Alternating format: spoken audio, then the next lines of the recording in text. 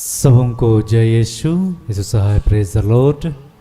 प्रार्थना तो परिवार फिर से आप सबों का आज की इस आराधना प्रार्थना में प्रभु यीशु मसीह के जीवित और सामर्थी नाम से हम सभी प्रार्थना तो परिवार के भाई बहन मिलकर आप सबों का साथ में हमारी अगुआ प्रभु की दास सिस्टर एस्थर, प्रभु के दास भाई राज, आप सबों का हार्दिक स्वागत करते हैं, हार्दिक अभिनंदन करते हैं।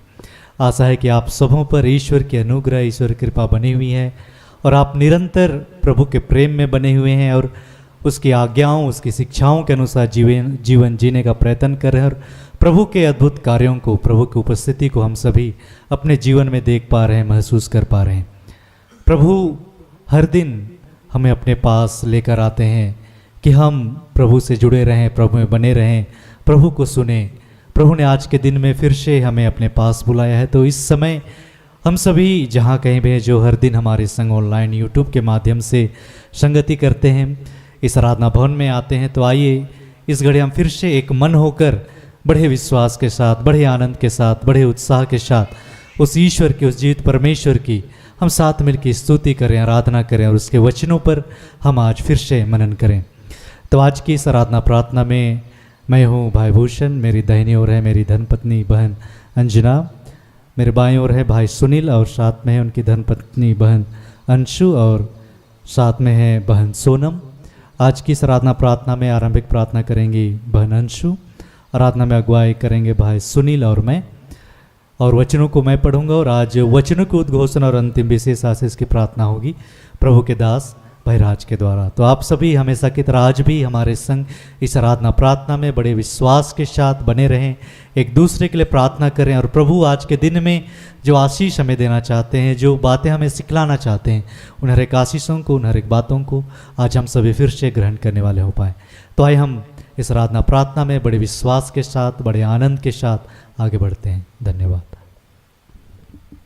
आइए हम इस समय अपने आप को तैयार करें।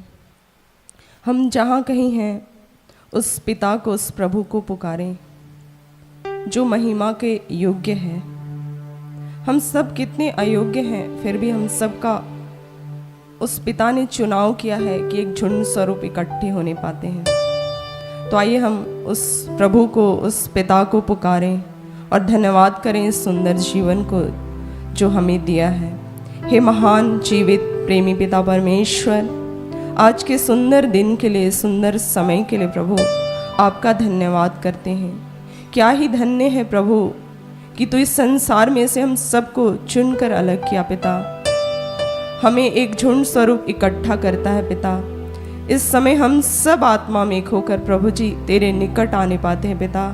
यहाँ जितने लोग इकट्ठे हैं पिता, जो यूट्यूब के माध्यम से जुड़े हैं प्रभु, हम सब आत्मा में एक होकर प्रभु जी अपने आप को तेरे सामने लाते हैं पिता।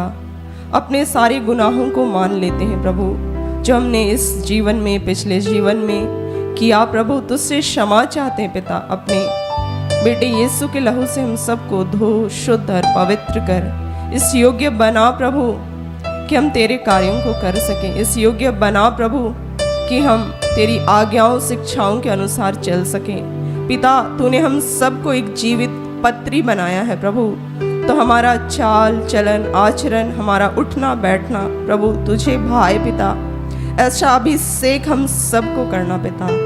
इस समय की आराधना, प्रार्थना को प्रभु जी आपके हाथों देते हैं पिता। तेरी इच्छा, तेरी योजना है प्रभु कि आज के दिन में प्रभु जी तेरे नाम से हम यहाँ खड़े होने पाए पिता। हम धन्यवाद करते हैं पिता। हम सबके कंठों को खोलना प्रभु, जितनी रुकावट, बाधाएं हैं प्रभु, उन सबको यीशु के नाम से समाप्त करते हैं। हे पिता, इस मौसम के लिए आपका धन्यवाद करते हैं, इस जगह के लिए आपका धन्यवाद करते हैं पिता। यूट्यूब को आपके हाथों देते हैं, इंटरनेट को आपके हाथों देते हैं, म्यूजिक सिस्टम को आपके हाथों देते हैं पिता। सब कुछ आपके हाथों समर्पित करते हैं प्रभु। हमारे अगुओं को, सिस्टर एस्थर, ब्रदर राज को आपके हाथों देते हैं पिता। उनके सुंदर जीवन, उनके अभिषेक के लिए आपका धन्यवाद करते हैं। प्रार्थना दा परिवार के लिए आपका धन्यवाद करते हैं पिता। हम सबको तूने बुलाया प्रभु, तो आज हम सबके मन, हृदय, आत्मा को तैयार कर प्रभु। हम सबको अपने लहू से सींच कर उपजाऊ बनाना पिता, कि इस समय जब हम गीतों को गाएं प्रभु, तुझे और करीब महसूस कर सके पिता। हे पिता परमेश्वर, सब कुछ आपके हाथों देते हैं पिता परमेश्वर।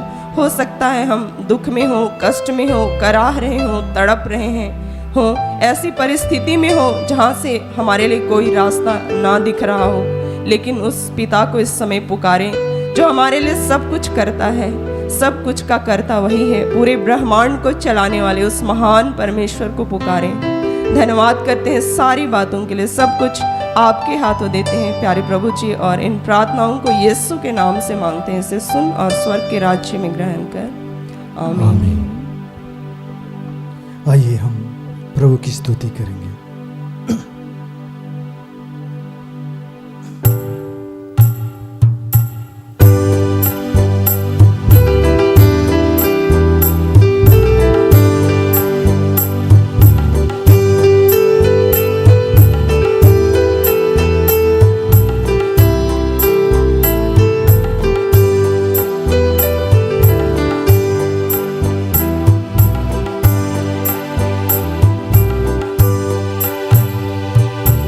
अपनों को तो सभी करते हैं प्यार, यही दुनिया की रिवाज। अपनों को तो सभी करते हैं प्यार, यही दुनिया की रिवाज। लेकिन यीशु कहता है कर लो प्यार, जितना दुश्मनी गहरा। लेकिन यीशु कहता है कर लो प्यार, जितना दुश्मनी गहरा। अपनों को तो सभी करते हैं प्यार, यही दुनिया की रिवाज। अपनों को तो सभी करते हैं प्यार, यही दुनिया की रिवाज। लेकिन यीशु कहता है कर लो प्यार, जितना दुश्मनी गहरा। लेकिन यीशु कहता है कर लो प्यार, जितना दुश्मनी गहरा। आज मालो उनकी संदेशा, जो है सबसे निराला। आज मानो उनकी संदेशा, जो है सबसे निराला। चलना सीखो उनकी राहों पर, जिंदगी प्यार से भर जाएगा। चलना सीखो उनकी राहों पर, जिंदगी प्यार से भर जाएगा।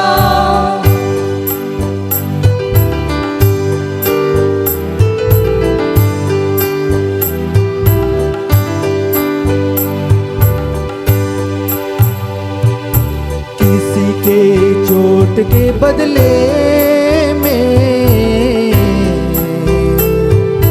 तुम भी चोट ना देना। किसी की चोट के बदले में तुम भी चोट ना देना। हर जख्मी दिलों में मरहम लगा के जाना। हर जख्मी दिलों में मरहम लगा के जाना। एक गाल पे मारे जो, दूसरा गाल भी दे देना। बिछाए जो कांटे राहों पर, तुम फूलों से भर देना। अपनों को तो सभी करते हैं प्यार, यही दुनिया की रिवाज। लेकिन यीशु कहता है कर लो प्यार, जितना दुश्मनी गहरा।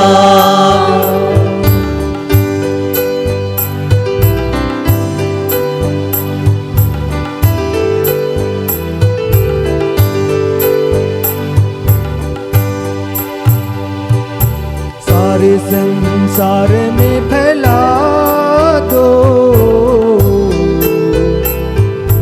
यीशु का शुभ संदेशा। सारे संसार में फैला दो यीशु का शुभ संदेशा। रहे ना कोई भी जुदा होके उनकी प्यार से सदा। रहे ना कोई भी जुदा होके उनकी प्यार से सदा। ये जो प्यार के बंधन में उसने हमें बांधा है। इस प्यार की खुशबू से महकाएंगे धरती को।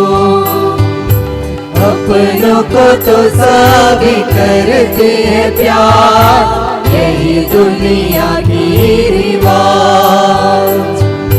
लेकिन यीशु कहता है कर लो प्यार जितना दुश्मनी गहरा। अपनों को तो सभी करते हैं प्यार, यही दुनिया की रिवाज। लेकिन यीशु कहता है कर लो प्यार जितना दुश्मनी गहरा। आज मानो उनकी संदेशा जो है सबसे निराला।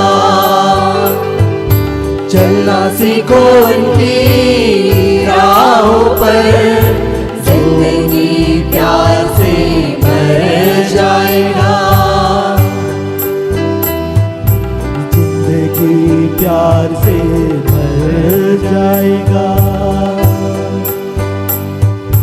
जिंदगी प्यार से भर जाएगा।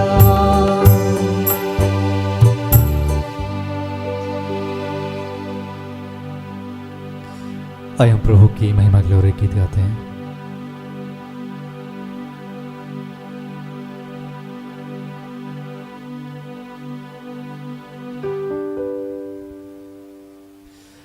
सचमुच में प्रभु की अनुग्रह हम पर की, उसने हमें अपने पास बुलाया और अपने वरदानों से, अपने अभिषेक से, अपनी प्रज्ञा, अपनी विवेक से हमें भरा कि आज हम उस ईश्वर के समीप आ पाते, उस पर विश्वास कर पाते और यीशु नाम के कारण एक दूसरे से हम प्रेम कर पाते हैं, उसके मार्ग पर चल पाते हैं। यह प्रभु की अद्भुत अनुग्रह है हम पर। तो आज जो प्रभु, जो ईश्वर जिसने हमें अपने पास बुलाया अपनी महिमा के लिए, वह चाहता है कि जो बातें, जो प्रेम उसने हमसे किया अपने दास दासियों के द्वारा, अपने आत्मा के द्वारा, वो प्रेम हम एक दूसरे से कर पाएँ, एक दूसरे पर प्रकट कर पाएँ। और वचन बाइबल हमें सिखलाती है कि हम ये बातें दूसरों से कहें, दूसरों तक पहुंचाएं। तो आइए ये गीत जो हम गाने वाले हैं प्रभु की महिमा के लिए, हम आनंद के साथ, उत्साह के साथ कहें कि हम सभी प्रभु यीशु के चुने हुए लोग हैं, प्रभु यीशु के चेले हैं। हम प्रभु की बातों को, प्रभु की शिक्षाओं को, प्रभु के प्रेम को हम लोगों तक पहुंचाएंगे। तो जितने भी इस आराधना भवन में आए, हम खड़े होकर ताली बजाते हुए प्रभु की महिमा के लिए इस गीत को गाएंगे।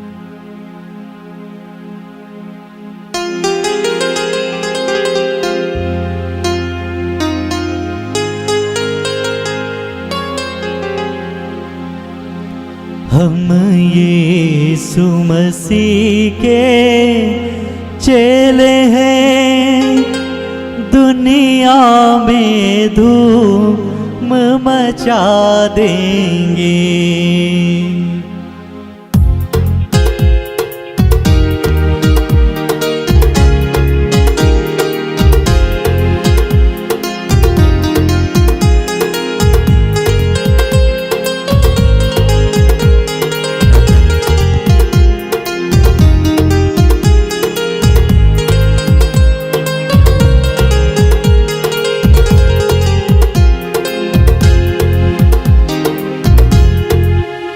हम यीशु मसीह के चेले हैं, दुनिया में धूम मचा देंगे। हम यीशु मसीह के चेले हैं, दुनिया में धूम मचा देंगे। हम यीशु मसीह के चेले हैं, दुनिया में धूम मचा देंगे। हम यीशु मसीह झूमते हुए, ताली बजाते हुए, दुनिया में मुस्कुराते हुए मचा देंगे। हम यीशु मसीह के चेले हैं, दुनिया में धूम मचा देंगे। हम यीशु मसीह के चेले हैं, दुनिया में धूम मचा देंगे। दुनिया में धूम मचा देंगे। दुनिया में धूम मचा देंगे। दुनिया में धूम मचा देंगे। दुनिया में धूम मचा देंगे। जो नींद में पड़कर सोते हैं, जो नींद में पड़कर सोते हैं, जो नींद में पड़कर सोते हैं, जो नींद में पड़कर सोते हैं, उपदेश से उनको जगा देंगे।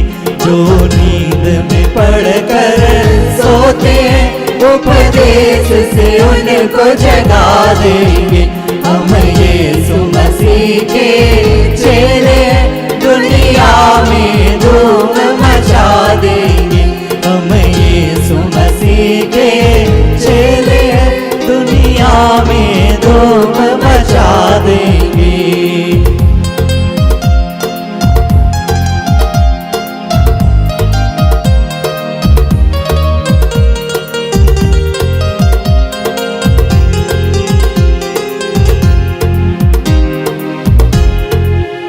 हम मन की कुंडी खोलेंगे।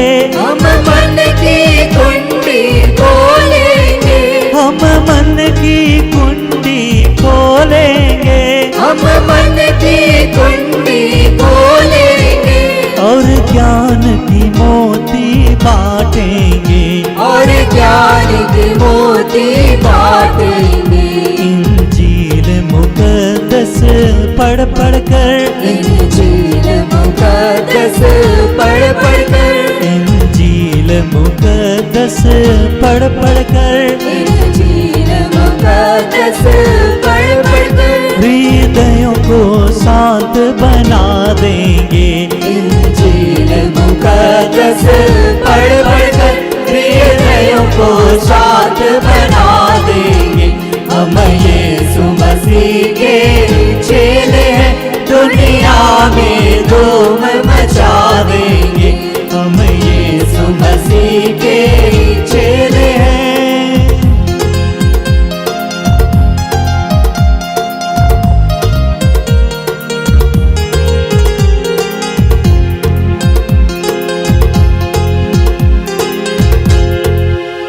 हम कष्ट के सहने वाले हैं। हम कष्ट के सहने वाले हैं। हम कष्ट के सहने वाले हैं। हम कष्ट के सहने वाले हैं। उफ तक नहीं करने वाले हैं। उफ तक नहीं करने वाले हैं। हम कष्ट के सहने वाले हैं। हम कष्ट के सहने वाले हैं। उफ तक नहीं करने वाले हैं। उफ तक नहीं करने वाले हैं। और मीठे प्यारे यीशु के, और मीठे प्यारे यीशु के, और मीठे प्यारे यीशु के, और मीठे प्यारे यीशु के, चलने की राह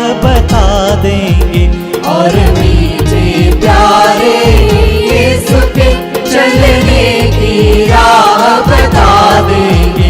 हम यीशु मसीह के चेले हैं, दुनिया में धूम मचा देंगे। हम यीशु मसीह के चेले हैं, दुनिया में धूम मचा देंगे।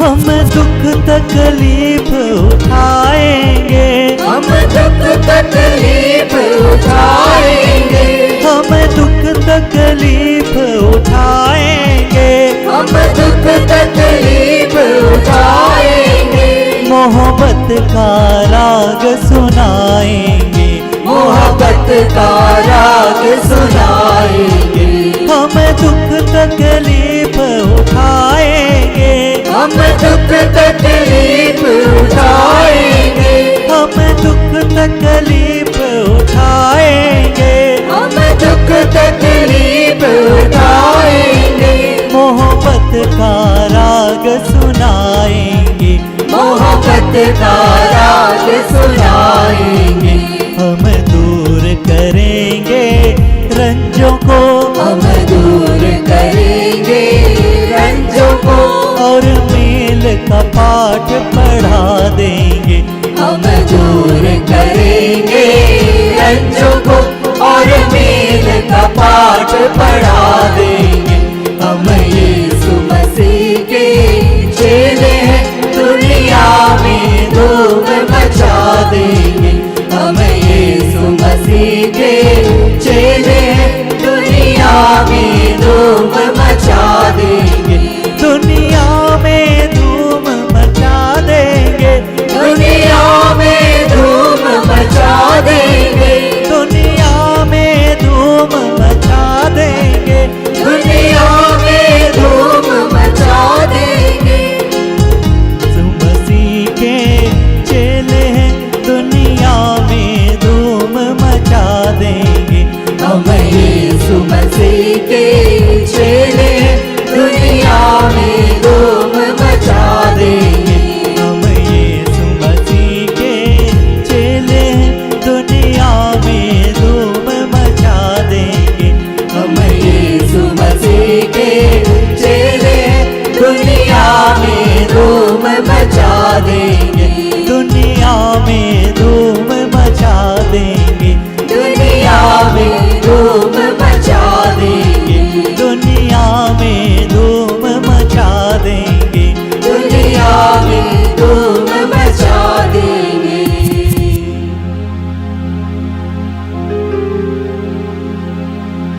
सचमुच प्यारे पिता, आपकी यह अद्भुत अनुग्रह है हम पर, आपका यह प्रेम है प्रभु हम पर, आपकी करुणा है हम पर कि हे पिता, आपने हमें इस संसार में से अपनी महिमा के लिए चुना और अपने आत्मा का अभिषेक किया, अपने सामर्थ को दिया प्रभु कि हे पिता, आज हम तेरे नाम से है प्रभु यीशु आपके मार्ग पर चल पाते हैं, आपकी आज्ञाओं शिक्षाओं के अनुसार जीवन जी पाते हैं, एक दूसरे से प्रेम कर पाते हैं।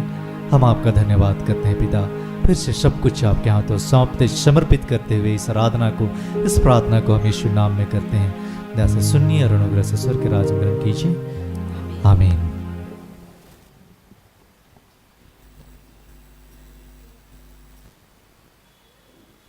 आइए हम आज के लिए ठहराए गए वचन को सुने, जिस पर आज हम मनन करने वाले हैं, जिसे प्रभु ने हमें अपनी बेटी, अपनी दासी, हमारी अगुआ सिस्टर एस्तर के माध्यम से हमें दिया है।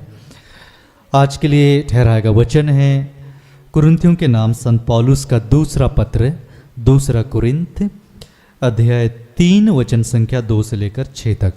यहाँ वचन ऐसा कहता है, आप लोग तो हमारा पत्र जो हमारे हृदय पर अंकित रहता है और जिसे सब लोग देख और पढ़ सकते हैं, आप लोग निश्चय ही मसीह का वह पत्र हैं जिसे उन्होंने हमसे लिखवाया है।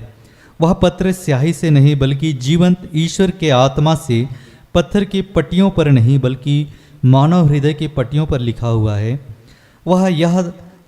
हम यह दावा इसलिए कर सकते हैं कि हमें मसीह के कारण ईश्वर पर भरोसा है। इसका अर्थ यह नहीं कि हमारी कोई अपनी योग्यता है, हम अपने को किसी बात का श्रेय नहीं दे सकते। हमारी योग्यता का स्रोत ईश्वर है। उसने हमें एक नए विधान के सेवक होने के योग्य बनाया है। और यह विधान अक्षरों का नहीं बल्कि आत्मा का है, क्योंकि अक्षर तो घातक है किंतु आत्मा जीवनदायक है। यहाँ तक यह प्रभु की वाणी है। ईश्वर को धन्यवाद।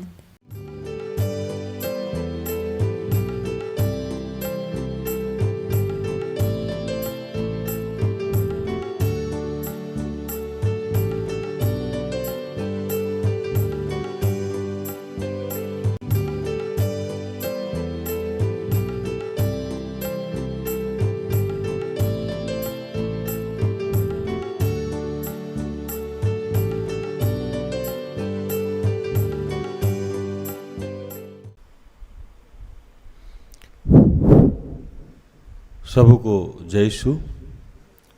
यीशु सहाय। आइए हम प्रार्थना करें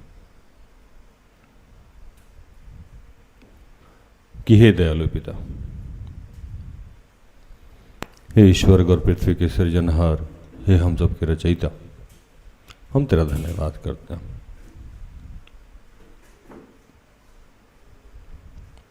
आज के सुंदर और आशीषित दिन के लिए जो तूने एक नए अध्याय के रूप में हमारे जीवन से जोड़ दिया। धन्यवाद प्रार्थना परिवार के लिए, और ऐसी जितनी संस्थाएं हैं, सेवकाई है, चर्चेज है, उन तमाम के लिए तेरा धन्यवाद करते हैं। धन्यवाद करते हैं प्रभु सिस्टर स्तर के लिए, और ऐसे जितने तेरे दास दासी हैं, सेवक हैं, फादर हैं, पादरी हैं, प्रिस्ट हैं, स्वतंत्र रूप से सेवकाई करते हैं या किसी भी तरीके से अपने शरीर का, अपने तन मन धन का योगदान किए हुए आपके राज्य के विस्तार में, उन सब के लिए तेरा धन्यवाद। जितने लोग इस वक्त जहाँ से जुड़े हुए हैं, हम सबको देख रहे हैं, सुन रहे हैं, जहाँ तक मेरी आवाज़ जा रही है, उन सब के लिए तेरा धन्यवाद करते हैं कि हे दयालु पिता, गर्भ से लेके अब तक तूने हमें संभाला, हमारी छोटी से लेके बड़ी सारी ज़रूरतों को अपने साई खत्ते खोल के पूर्ण किया। हम तेरा धन्यवाद करते हैं कि प्रभु अब तक हमने अनेकों अनेक पाप किए हैं, जो कभी सोच के, समझ के, कभी अनजाने में, जैसे भी जो भी कार्य हमने ऐसा किया जो आपको पसंद नहीं है, उसके लिए फिर से आपके पुत्र यीशु के नाम से क्षमा मांगते हैं। अपने पुत्र यीशु के नाम से धो के शुद्ध और पवित्र कीजिए, और जो वचन आपने आज हम सबको दिया है, समझने और समझाने में हमारी मदद कीजिए। ये आपके बगैर संभव नहीं है। जो भी डिस्टर्बेंस की बातें हैं, जो भी रुकावट की बातें हैं, वो सब यीशु के नाम से समाप्त करते हैं। धन्यवाद की प्रार्थना प्रभु यीशु के जीवित और पवित्र नाम से मांगते हैं। दया से सुन और स्वर्ग के राज में ग्रहण कर। आमीन।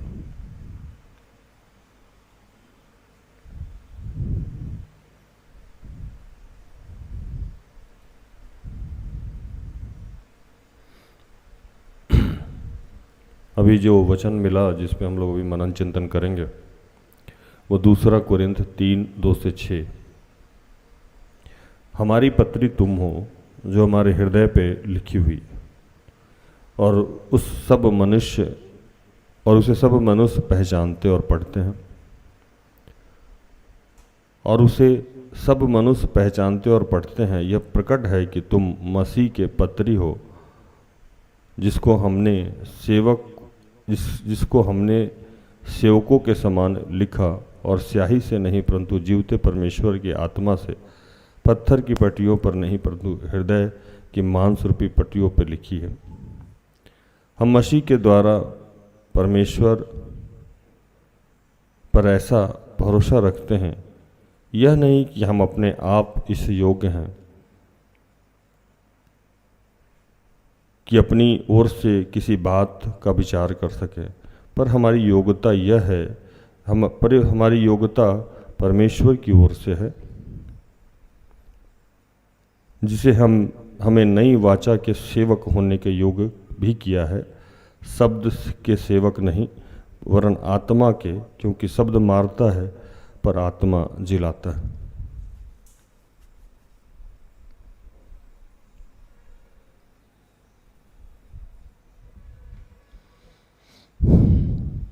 हालेलुया।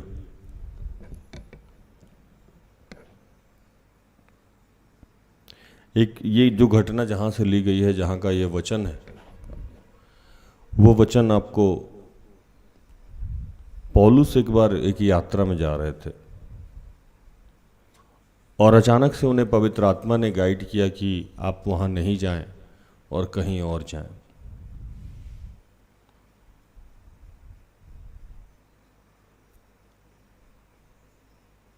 तो पौलुस कहीं और चले गए और जहाँ जाना चाहते थे उस जगह पे उन्होंने एक पत्र लिखा, और पत्र लिख के कुछ बातों को संबोधित कर रहे थे। ये मैं पहले भी बता चुका हूँ कि पौलुस हर जगह पत्र लिख लिख के लोगों को संबोधित करते थे, और उनका ये काम था कि छोटी छोटी कलीसिया का निर्माण करते थे। वो सेवक तैयार करते थे, और सेवक का जब सेवकाई चल पड़ता था तो उस जगह से वो अलग हो जाते थे, और बीच बीच में वहाँ के सेवकों का हालचाल जानने के लिए वो पत्र लिखते थे। अगर कोई कंप्लेन हुआ तो पत्र के माध्यम से लिख के उसको समझाने का प्रयास करते थे, शाबाशी भी देते थे, सुझाव भी देते थे। क्योंकि उन दिनों हर जगह जाने की सुविधा नहीं थी, लोग जहाज़ से जाते थे, और कहीं भी जाना और आना बहुत कठिन काम था। टेलीफोन की सुविधा नहीं थी, टेलीग्राम की सुविधा नहीं थी, मोबाइल फ़ोन नहीं था, कुछ भी नहीं था। तो पत्र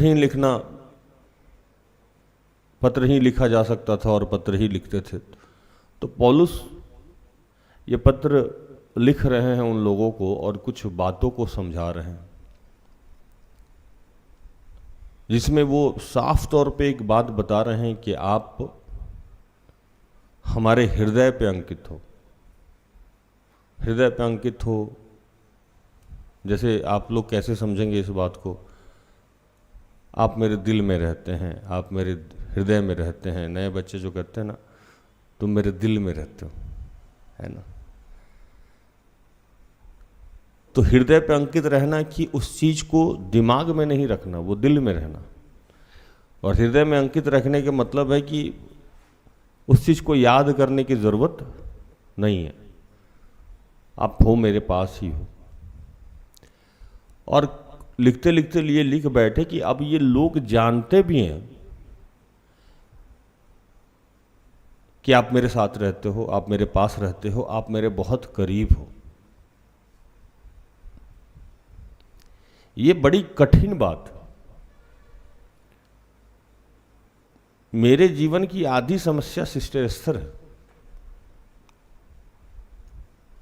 थोड़ा सा अजीब लगा होगा ये लाइन सुन के, क्योंकि लोग जानता है कि हम उनके सहयोगी हैं और प्रमुख सहयोगी हैं। तो लोग, जितने लोग उनको जानते हैं वो मुझे जानते हैं कि नहीं जानते? जानते हैं ना। अगर मेरे द्वारा कोई भी ऐसा कार्य किया गया तो उनकी भी बदनामी तो होगी ना। अभी तो समझ में आ गया ना कि सिस्टर एस्थर ऐसे कौन से बच्चे को, बच्चा तो नहीं बोल सकते, ऐसे कौन से आदमी को अपने साथ रखी हुई हैं कि विभिन्न प्रकार का ये काम करता है। गलतियां हमसे होती है लेकिन उसका मात्रा बहुत कम है। लेकिन ये ध्यान मैं भी रखता हूं कि सिस्टर एस्थर का रेपुटेशन खराब नहीं हो जाए। ईश्वर का रेपुटेशन तो चलिए बात की बात है, उसको तो ना हमने देखा है ना आपने देखा है, उसकी बात नहीं कर, प्रैक्टिकली बात करते हैं। तो ये ध्यान मुझे भी रहता है कि सिस्टर एस्थर, जिनके हृदय के पटरी पे मेरा नाम लिखा हुआ है, और ये तो मेरा एक कर्तव्य ये भी बनता है कि मैं उनका भी ध्यान रखूं कि उनकी बदनामी नहीं हो। और समस्या क्या है कि जितने लोग उनको जानते हैं वो मुझे जानते ही जानते हैं। पौलुस यहां ये समझा रहे हैं कि आप मेरे हृदय के ऊपर लिखे गए हैं, तो जितने लोग मुझे जानते हैं उतने सब आपको भी जानते हैं। लोगों की अपेक्षाएं हो जाती है कि मैं भी सिस्टर एस्थर की तरह ही हूं। यह बहुत बड़ी समस्या है। जैसे आप देखे होंगे कि जितने नामचिन्ह लोग होते हैं, जैसे हमारे आदरणीय अमिताभ बच्चन साहब के पुत्र हैं अभिषेक जी, है ना, अभिषेक बच्चन है।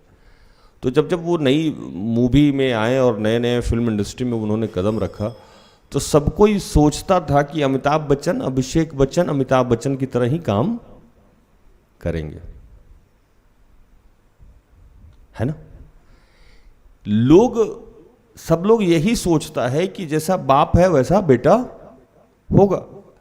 जैसी माँ है वैसी बेटी होगी, जैसा अगुआ है वैसा ही सेवक होगा, लेकिन कई बार ऐसा होता नहीं।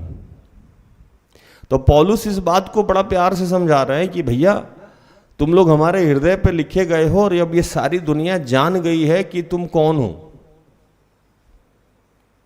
क्या भूषण भाई? तो इस बात की भी गरिमा जो है, इस गरिमा को भी आपको बर्दाश्त करना होगा। और आगे लिखते हैं कि यह प्रकट है कि तुम मसीह की पत्री हो, जिसको हमने सेवक के समान लिखा है, जो स्याही से नहीं परंतु जीवते परमेश्वर के आत्मा से, पत्थर की पटरियों पर नहीं परंतु हृदय की मांस रूपी पटरियों पर लिखी गई है। एक तरफ तो लोग ये जानने लगे हैं कि आप मेरे बहुत करीबी हैं, और दूसरा लोग ये भी जानते हैं कि मैंने आपके ऊपर मेहनत किया है, और मेहनत ऐसा वैसा नहीं किया है। पहले जो मेहनत किया जाता था, पहले के जो दास दासी जो लोग मेहनत करते थे, वो किताबी मेहनत करते थे। वचन समझा देना, 10 आज्ञा बता देना, व्यवस्था की बातों को रटा देना। लेकिन जब से यीशु गए और यीशु के बाद जो सेवक लोग आया, वो सेवक लोग ये काम नहीं करता है। यीशु के बाद जो सेवक लोग आया, उसको यीशु ने एक अधिकार दिया कि मैं जाता हूं और तुम्हारे लिए एक सहायक आत्मा देता हूं, है ना, ये लो, मैं तुम पे अपनी आत्मा फूंकता हूं। यही अधिकार वो तमाम सेवक लोग को दे दिया गया जो यीशु के बाद आए, और यीशु का अधिकार हम लोग इस्तेमाल करते हैं। और आप देखिए होंगे कि बहुत सारे सेवक जब प्रेयर में रहते हैं तो लोग गिरने लगता है। प्रेयर बहुत लोग करता है, लेकिन कुछ खास शरीर जब प्रेयर करता है तो लोग धड़ाधड़ गिरने लगेगा, है ना। क्या होता है? वह एनवेंटिंग होना शुरू हो जाता है, मतलब पवित्र आत्मा की उपस्थिति होने लगती है। तो वो सेवक जब उपलब्ध है, वो रो रहा है तो पब्लिक रो रहा है, वो चिल्ला रहा है तो पब्लिक चिल्ला रहा है। पब्लिक और वो सेवक, उस सेवक के बीच में कनेक्शन हो जाता है, जिस कनेक्शन को क्या बोलते हैं? पवित्र आत्मा बोलते हैं। आपने देखा होगा, है ना। ये बहुत सारे सेवक है कि जैसे पुलपिट पे आएंगे, जैसे प्रार्थना शुरू करेंगे, वो पवित्र आत्मा मंडराना शुरू कर देता। तो यीशु के बाद जितने सेवक आए, यहां तक कि ये नसीब मूसा को भी नहीं था। यीशु के बाद जितने सेवक लोग आए, जब वो किसी के लिए मेहनत करते हैं तो वो आत्मा के द्वारा मेहनत करते हैं। हालेलुया। वो क्या करते हैं?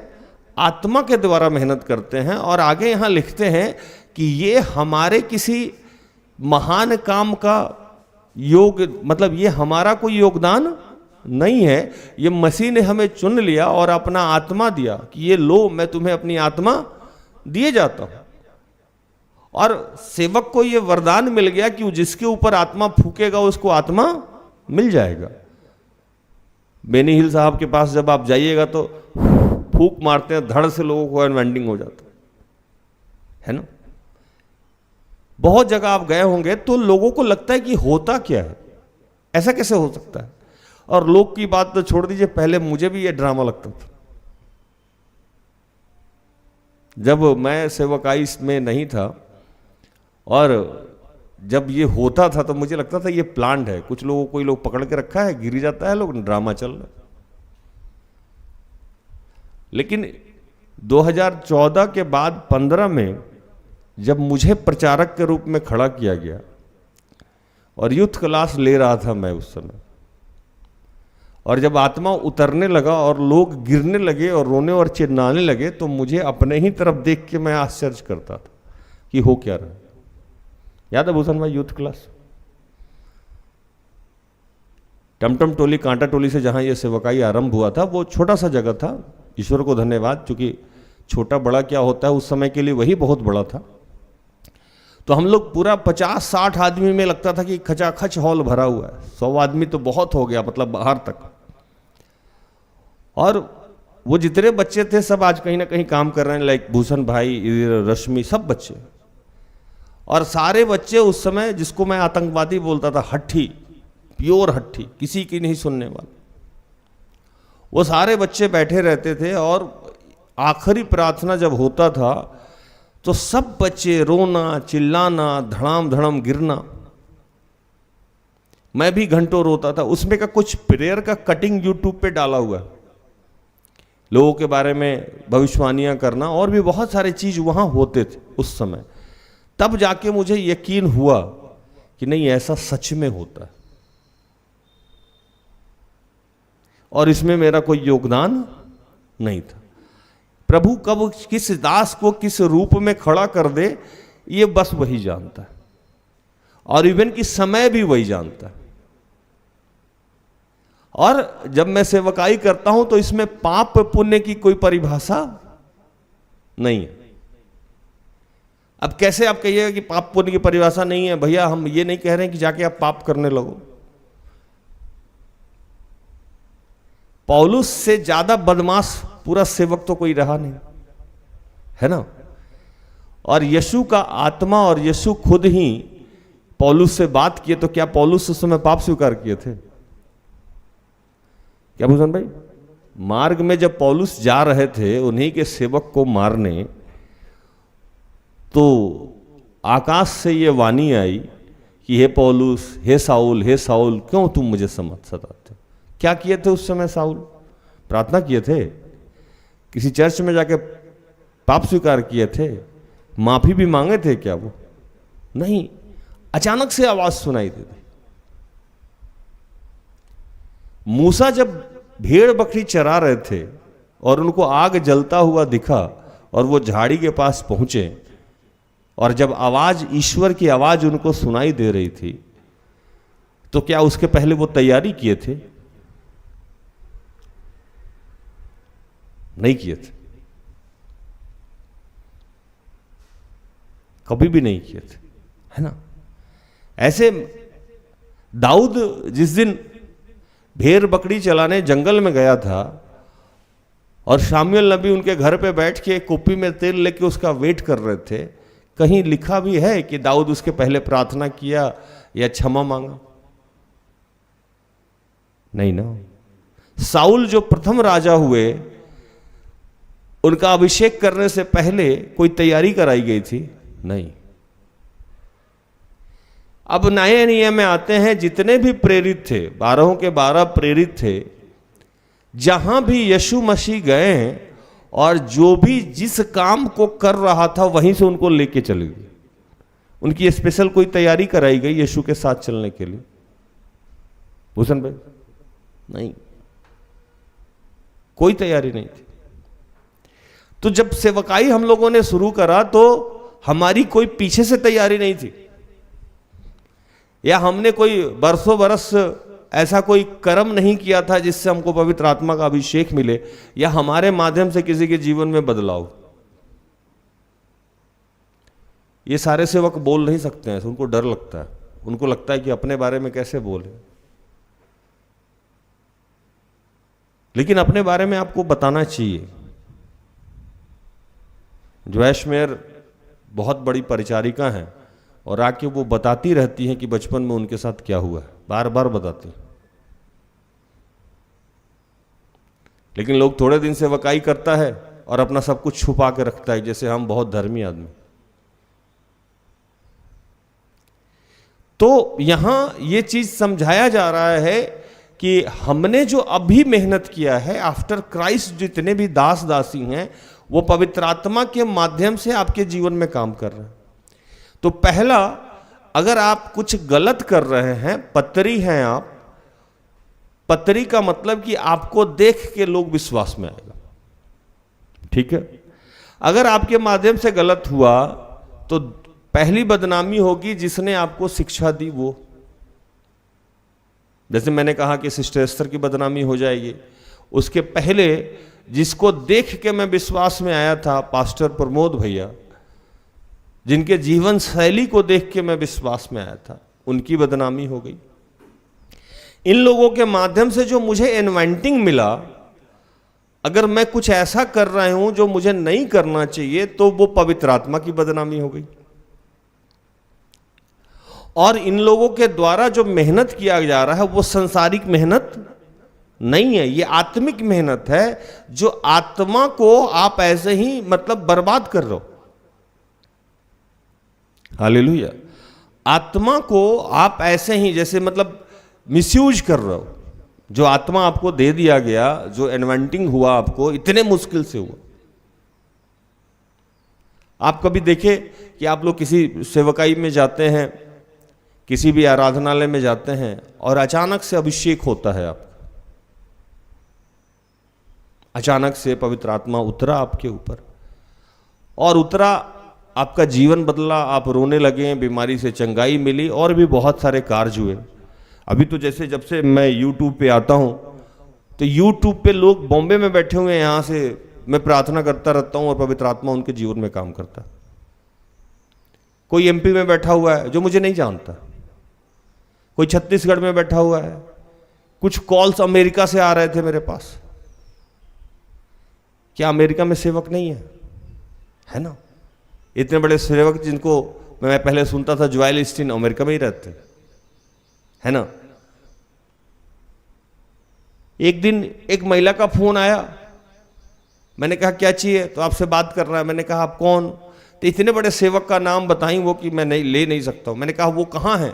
तो फर्स्ट फ्लोर पे है। मैं ग्राउंड फ्लोर से फोन कर रही हूं आपको। बहुत बड़े सेवक हैं वो, उनकी साली हमको फोन कर दी यहीं पे और परिचय भी दे रही है कि मैं उनकी साली हूं और इंडिया में फेमस सेवक। मैंने कहा क्या हो गया? तो ये बात है, फैमिलियर बात है, मुझे लगा आप ही सॉर्ट आउट कर सकते हैं इसको। मैंने कहा वो कहाँ है? उस सेवक का नाम लेके। तो बोले फर्स्ट फ्लोर पे। मैंने कहा हद है यार।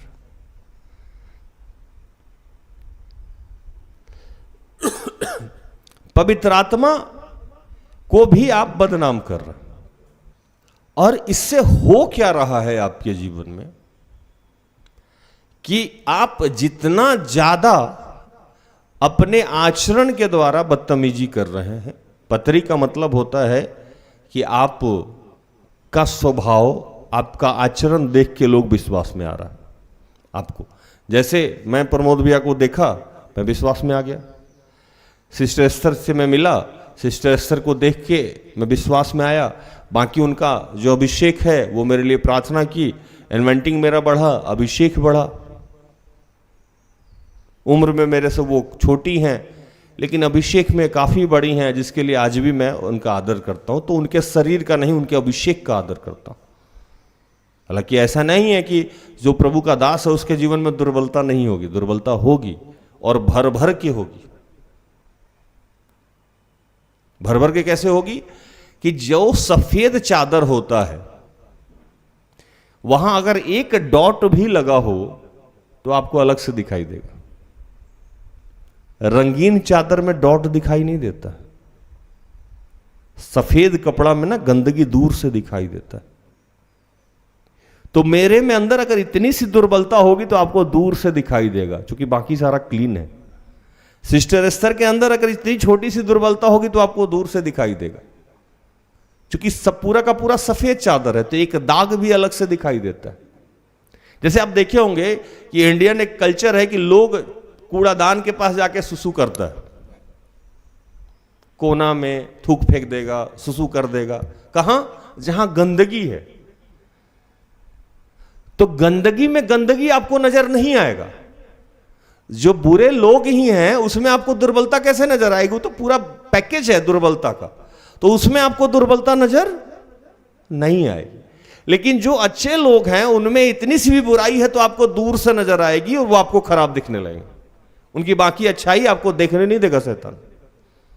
उनको लगेगा कि वो कुछ भी कर रहा है आपके लिए, लेकिन आपको उनकी उसकी वही बुराई शैतान बार बार दिखाता रहेगा, बार बार दिखाता रहेगा, बार बार दिखाता रहेगा। हालेलुया। तो सेवक जो काम कर रहा है, पौलुस यहां बता रहे हैं कि हमने जो काम किया आपके ऊपर वो हम अपने योग्यता से नहीं किया। ये जो वचन लिखता है कि हम जिसने हमें नई वाचा के सेवक होने का के योग भी किया, शब्द से सेवक नहीं वरन आत्मा के, क्योंकि शब्द मारता है पर आत्मा जिलाता है। अब ये थोड़ा सा सीरियस प्रचार है, रोज तो हंसते हंसाते सुनते हैं आप लोग, थोड़ा सा सीरियस भी सुन लिया कीजिए। शब्द मारता, रूल होगा, रूल और रेगुलेशन होगा तो टूटेगा भी, टूटेगा ना। जेल होगा तो ताला टूटेगा, बाहर आना होगा, है ना। लेकिन अगर आप कैदी ही नहीं हैं तो कैसे टूटेगा? नियम तोड़ा जाता है ना। टाइमिंग अगर गलत हो तो तोड़ा जाएगा। आपका टाइमिंग 10 बजे आने का है, अगर आप 10:30 में आए तो आपने रूल को तोड़ दिया। लेकिन अगर आपको स्वतंत्र कर दिया जाए तो कुछ भी टूटेगा। इसीलिए जो वचन लिखा कि तुम सत्य को जानोगे और सत्य तुम्हें स्वतंत्र कर देगा। जो यीशु को जानते हैं वो किसी भी रूल रेगुलेशन में बंधे हुए लोग नहीं है।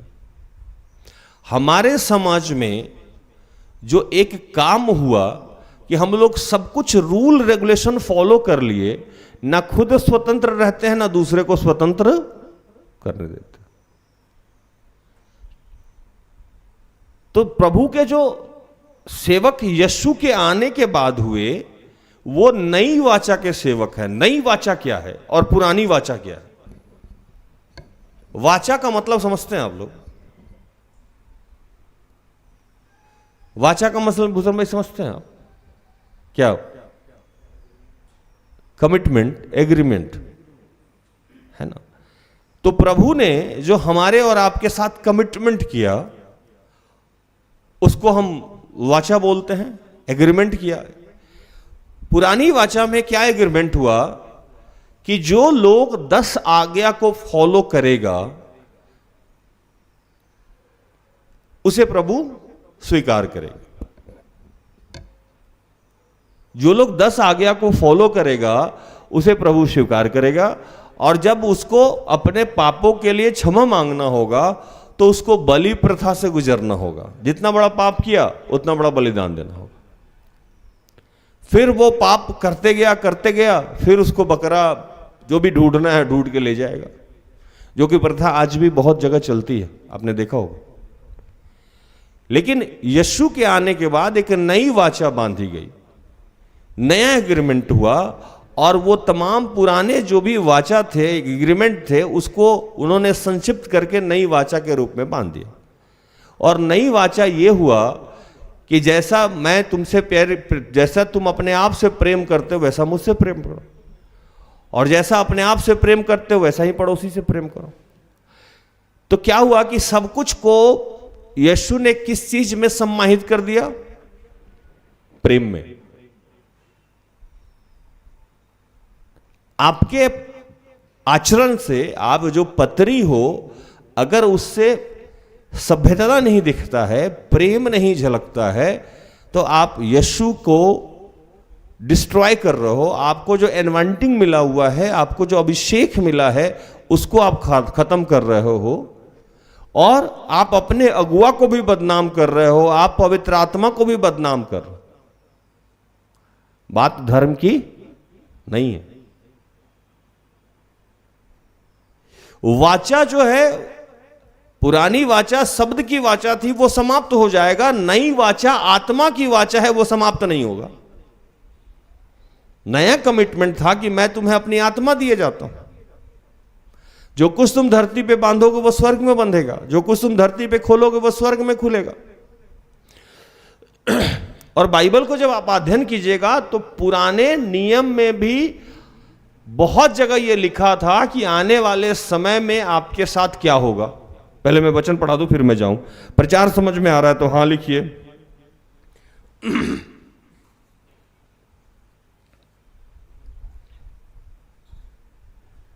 निर्गमन 24:12।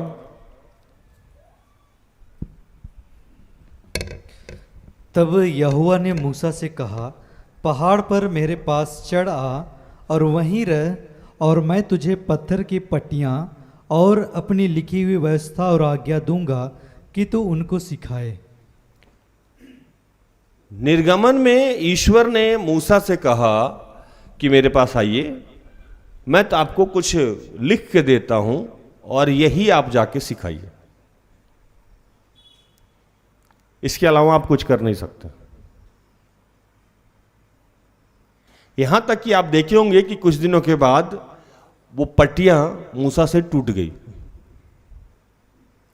ना, टूट गई तो मूसा को यह ध्यान भी नहीं रहा कि क्या लिखा हुआ है उस पर। लेकिन जब यीशु आए तो ये सारी चीजें उनको पता था कि जो नियम कानून लॉ दिया जा रहा है ये लोग बार बार तोड़ दे रहा, तो इसको और आसान कैसे कर दिया जाए कि सेवक को भी याद रहे, सिखाने वाले को भी याद रहे और सीखने वाले को भी याद रहे और करना बड़ा आसान हो जाए। तो वहां से पुराने ही नियम से घोषणा होने लगी। अब कहां कहां घोषणा हुई जो सुनिए, यिर्मयाह 31 का 33,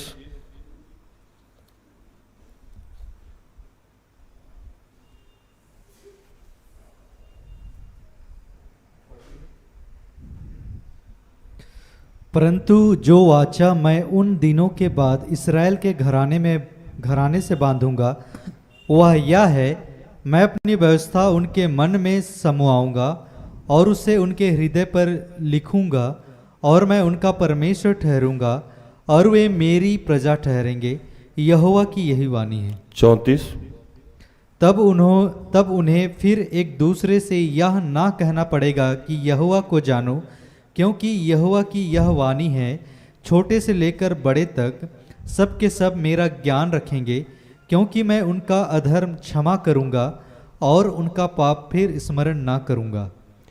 पुराने नियम से ही जब भविष्यवक्ता लोग आने लगा तो ये भविष्यवाणी होने लगी कि आने वाले समय में ये जो बोझ हो गया है, व्यवस्था बोझ बन गया है, इसको तोड़ दिया जाएगा और हम लोग कुछ ऐसा उपाय करेंगे कि आपके हृदय में ही व्यवस्था लिख दी जाए, है ना, और आपको अलग से कुछ याद रखने की जरूरत नहीं पड़ेगी, इनबिल्ट हो जाएगा।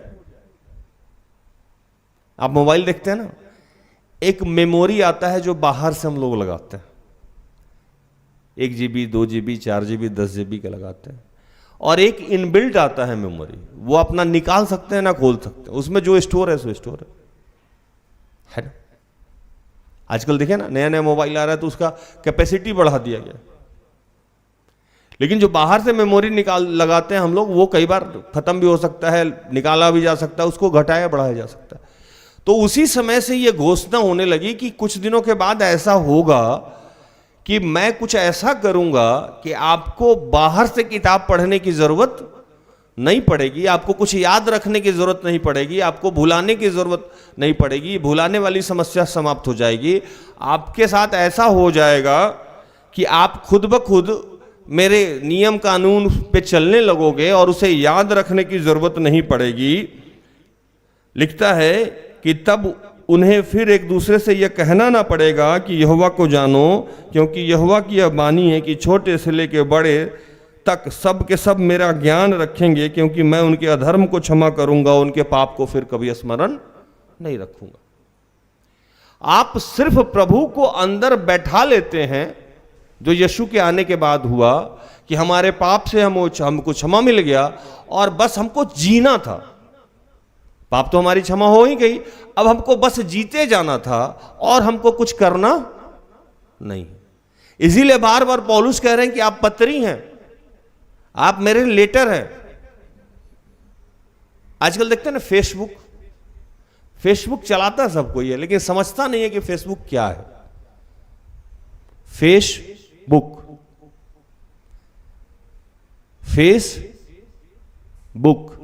फेस मतलब चेहरा, बुक मतलब किताब। आपके आचरण को फेसबुक दर्शाता है। हम लोग धड़ाधड़ कॉपी पेस्ट करके कुछ भी डालते रहते हैं, उसका डाल दिए, उसका डाल दिए, उसका डाल दिए। वो आपके चरित्र को, आपका व्हाट्सएप का जो स्टेटस है, आपके मन की भावनाओं को, आपके चरित्र को दर्शाता है। लोग स्टेटस क्यों है? आपका क्या स्टेटस है ये आप डाल रहे हो। आप उस समय क्या सोच रहे हैं, आपका व्यक्तित्व क्या है, आपका चरित्र क्या है, आपके स्टेटस से दर्शता है। आप मतलब नहीं समझते हैं, बस कुछ लोग कर रहा है उसी को कॉपी पेस्ट कर दिए, आपको ये समझ में ही नहीं आ रहा। तो पत्री का मतलब यही है कि आप कहीं भी जा रहे हैं, कुछ भी कर रहे हैं।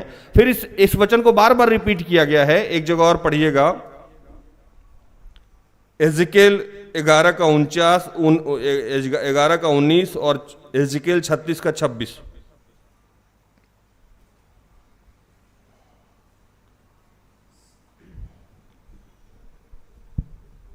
एजिकेल 11 का 19, मैं उनका हृदय एक कर दूंगा और उसके भीतर नई आत्मा उत्पन्न करूंगा और उनकी देह में से पत्थर का सा हृदय निकाल कर उन्हें मांस का हृदय दूंगा। 36 का 26,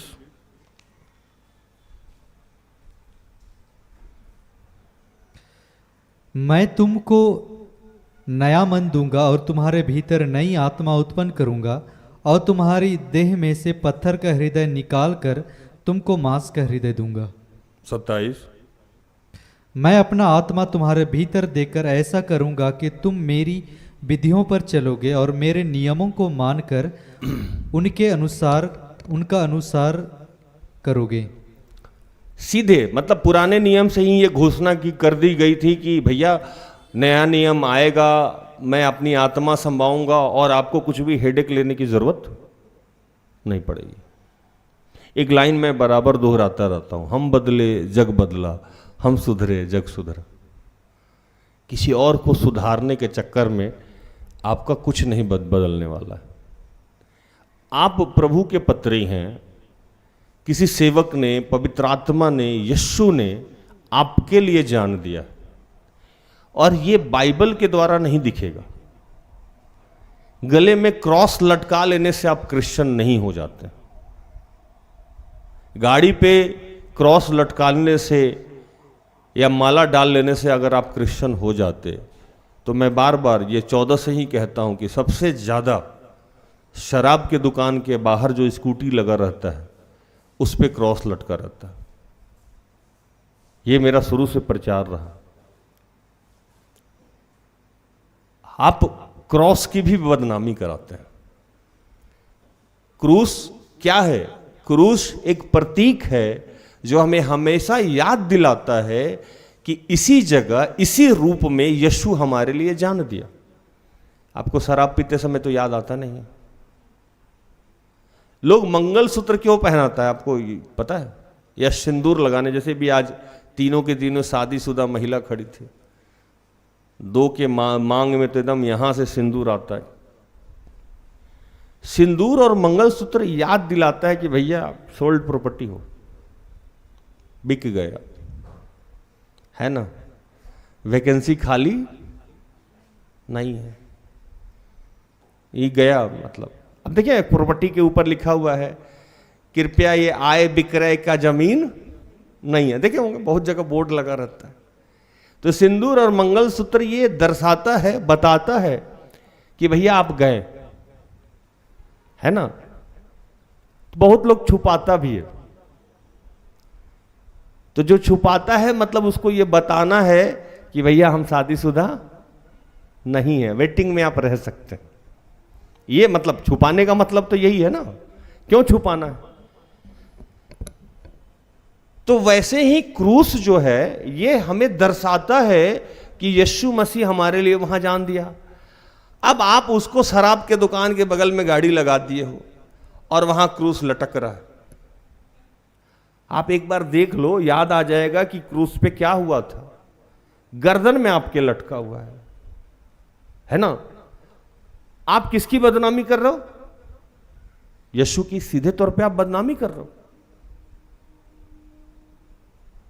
शराब पीना और नहीं पीना उस पर आज प्रचार नहीं है, आपको जो करना है करिए, लेकिन मेरे कहने का मतलब यह है कम से कम क्रूस को तो बदनाम नहीं कीजिए।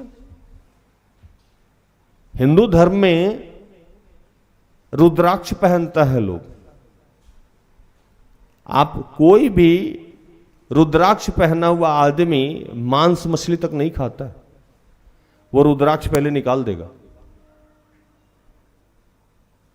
क्यों? तो उसको याद रहता है ये बात कि ये पवित्र चीज है।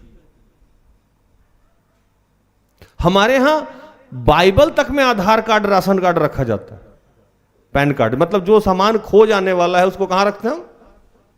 बाइबल में। बाइबल में गंदगी चढ़ा हुआ है, बाइबल का भी रिस्पेक्ट हम वैसे नहीं करते हैं जैसे हमें करना चाहिए। आपके व्यवहार से छोटी छोटी बातें, आप पौलुस यहां लिख रहे थे उन लोगों को कि आपके ऊपर जितनी मेहनत करी गई है, जो आत्मा आपको मिला है, आप उसे शोकित कर रहे हैं, और इसके लिए आपको कुछ बड़ा नहीं करना था, बस आपके व्यवहार को, विचार को और बोली को कंट्रोल रखना था, जो आपसे हो ही नहीं रहा। बाकी सारा काम आप कर रहे हो। लेकिन पत्री का मतलब क्या है कि आपको देख के लोग विश्वास में आएगा। मुझे लगता है कि किसी भी क्रिश्चियन को देख के लोग विश्वास में तो नहीं आएगा। वो शायद बिरले ही लोग हों कि किसी क्रिश्चियन को देख के कोई विश्वास में आ जाए।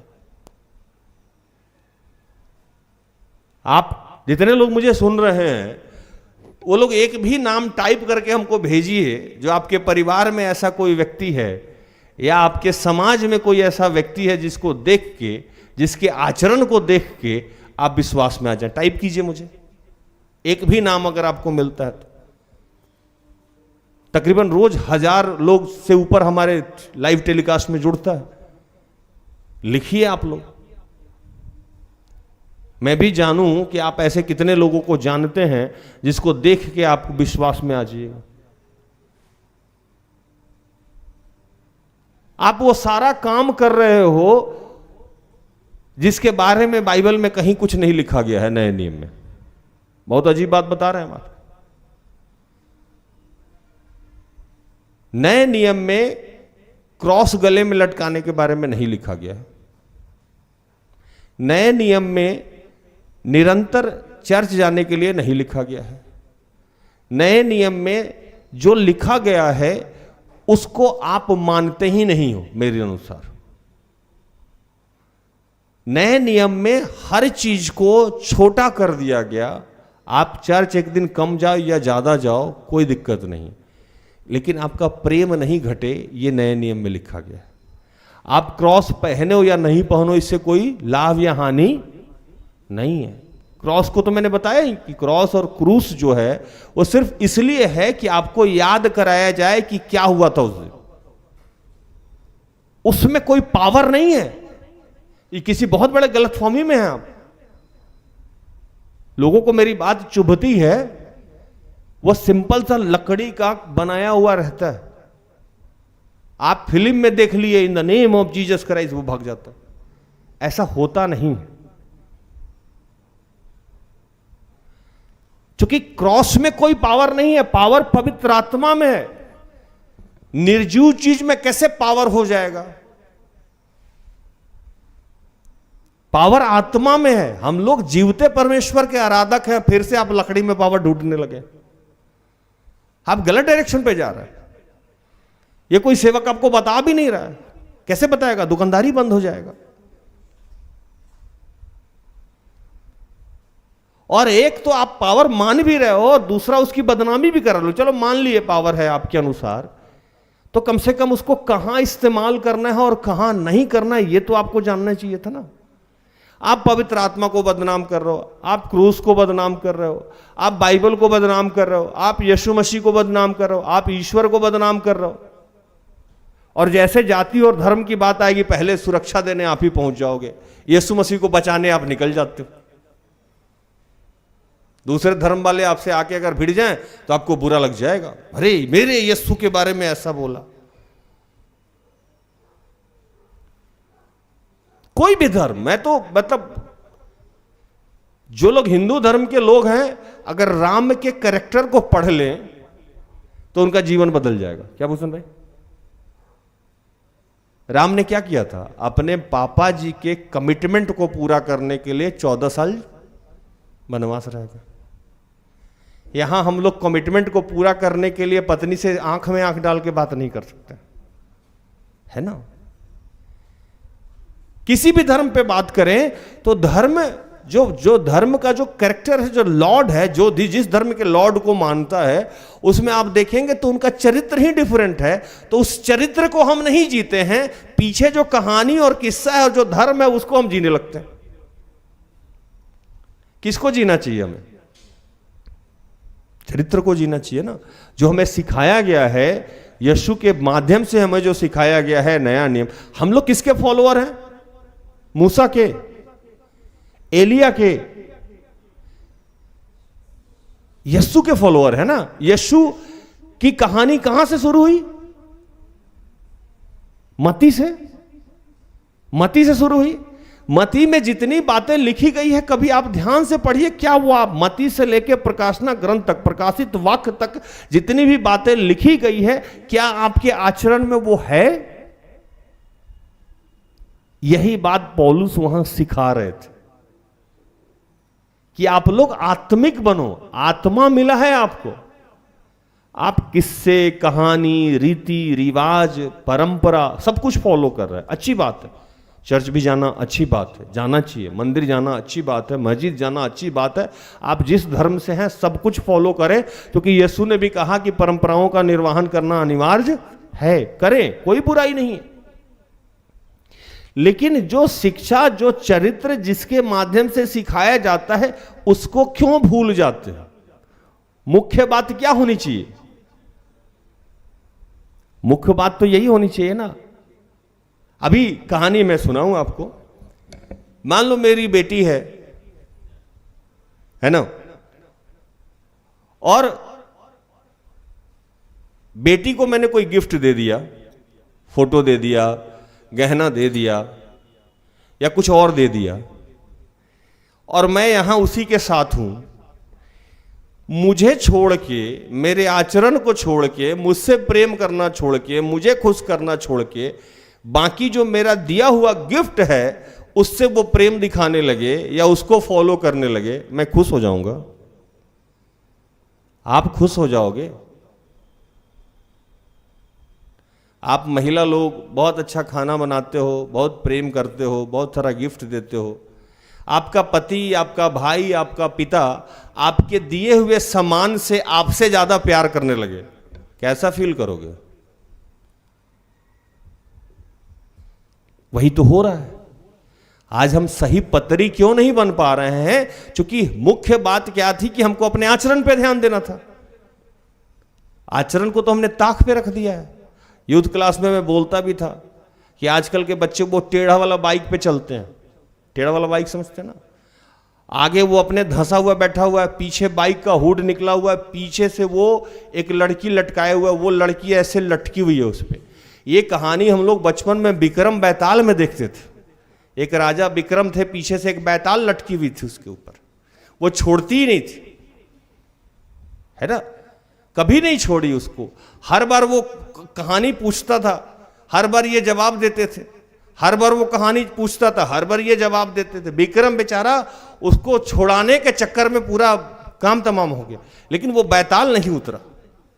आप देखिएगा रोड पे जाते हुए कहीं भी लगेगा कि बेताल लटका हुआ, और वैसे ही लटका भी रहता है, हाथ भी वैसे ही रहता है उसका। और वो आदमी उतर के कहे कि हम जीसस को मानते हैं और हम क्रिश्चियन हैं, हम आरसी हैं, हम जीएल हैं, हम सीएनआई हैं। प्रेम करने में कोई बुराई नहीं है, प्रेम करिए।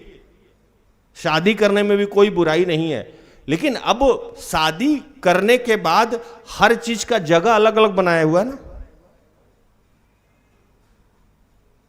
एक दिन मैं मछली खरीदने गया, बहुत कम जाता हूं। मेरा मछली बेचने वाला हमसे बोलने लगा, भैया बहुत बुरा स्थिति है। हमके क्या हुआ? एकदम मन खराब हो गया है मेरा। मैंने कहा मन खराब हो गया, क्या हुआ? कलयुग आ गया है। मैंने कहा भाई हुआ क्या? अरे पूछिए नहीं, बताने में भी शर्म आ रहा है। हम कि हुआ क्या? तो शाम में सुबह में 5 बजे हम गए मछली लाने। जब गए तो देखे कि ई रिक्शा पे लौटते समय 6, साढ़े 6, 7 बजे चारों तरफ से भीड़ लगा हुआ है, लोग वीडियो बना रहा है। हम भी सोचे पता नहीं क्या है। हट भाई, देखने दे। जाके देखे तो एक लड़का एक लड़की किस कर रहा था एक दूसरे को, और लोग वीडियो बना रहा है। सुबह में 6:30-7 बजे वो छोड़ने को तैयार नहीं है। अरे कर रहे हो ठीक बात है, भीड़ देख लेते कम से कम छोड़ तो देते। समझे? इसको कहते हैं आचरण। वो कह रहा है हमसे, भैया सुबह सुबह राम का नाम लेना चाहिए, है ना? कैसा मां बाप है उसका। इतना क्या हो रहा था शरीर में कि पब्लिक देखने के बाद भी अलग नहीं हुआ। शारीरिक संबंध या किस कौन कर रहा था? वो लड़का और लड़की। बदनामी किसकी हो रही थी? मां बाप, क्योंकि वो पत्नी है। उसको देख के, उसके आचरण को देख के उसके मां बाप की पहचान हो गई। आप क्या बोल रहे हो और कहां क्या हरकत कर रहे हो, उससे आपके परवरिश पे सवाल उठ गया। आप किस धर्म से आए हो इस पे सवाल उठ गया। हम लोग कहते हैं कि फलाना तो यही कर रहा है, हम भी यही करेंगे। मेरी बेटी से जब हम पूछते हैं कि बेटा नंबर क्यों कम आया, पापा मेरा ही थोड़े कम आया, उसका भी आया, उसका भी आया, उसका भी आया, उसका भी आया, सबका आया। आज जब हम लोग विश्वासी से पूछते हैं आप ऐसे कैसे किए, वो भी तो ऐसा किया, वो भी ऐसा किया। अब कोई हिंदू धर्म वाला बोला है बिल्ली रास्ता काट लिया, गलत बात है। आप भी बोल रहे हैं बिल्ली रास्ता काट लिया, गलत बात। आपको देख के लोग कैसे विश्वास में आएगा? आपके यहां नई बहू आ रही है, मान लीजिए गलती से किसी दूसरे चर्च की आ गई, उसके साथ जो आप कर रहे हैं ना, बाप रे बाप। या किसी दूसरे धर्म से आ गई गलती से, आपका बेटा नहीं माना या आपकी बेटी नहीं मानी, आप ऐसे घर में बिहेव कर रहे हैं जैसे एलियन घुस गया घर में, और आप धर्मी आदमी। गलत बोल रहे हैं। कहां पतरी हैं आप? कौन सी पतरी हैं आप? आपको तो उल्टा अपनी बहू से ऐसा व्यवहार करना चाहिए कि वो देख के कहे कि क्या, अरे क्या बात है। कुछ दामाद लोग मेरे पास आके फुट के रोया। मैंने कहा क्या हुआ भैया? भैया शादी तो हम कर लिए, हम जाने कि ये क्रिश्चियन है, इसके घर में प्यार बरसता होगा, परमेश्वर प्रेम है। मैंने कहा फिर क्या हुआ? रिसेप्शन के दिन इसका भाई सब बहुत मारा हमको, हमके बरसा ना प्यार, है ना। रात में हम छुप के होटल में रहे।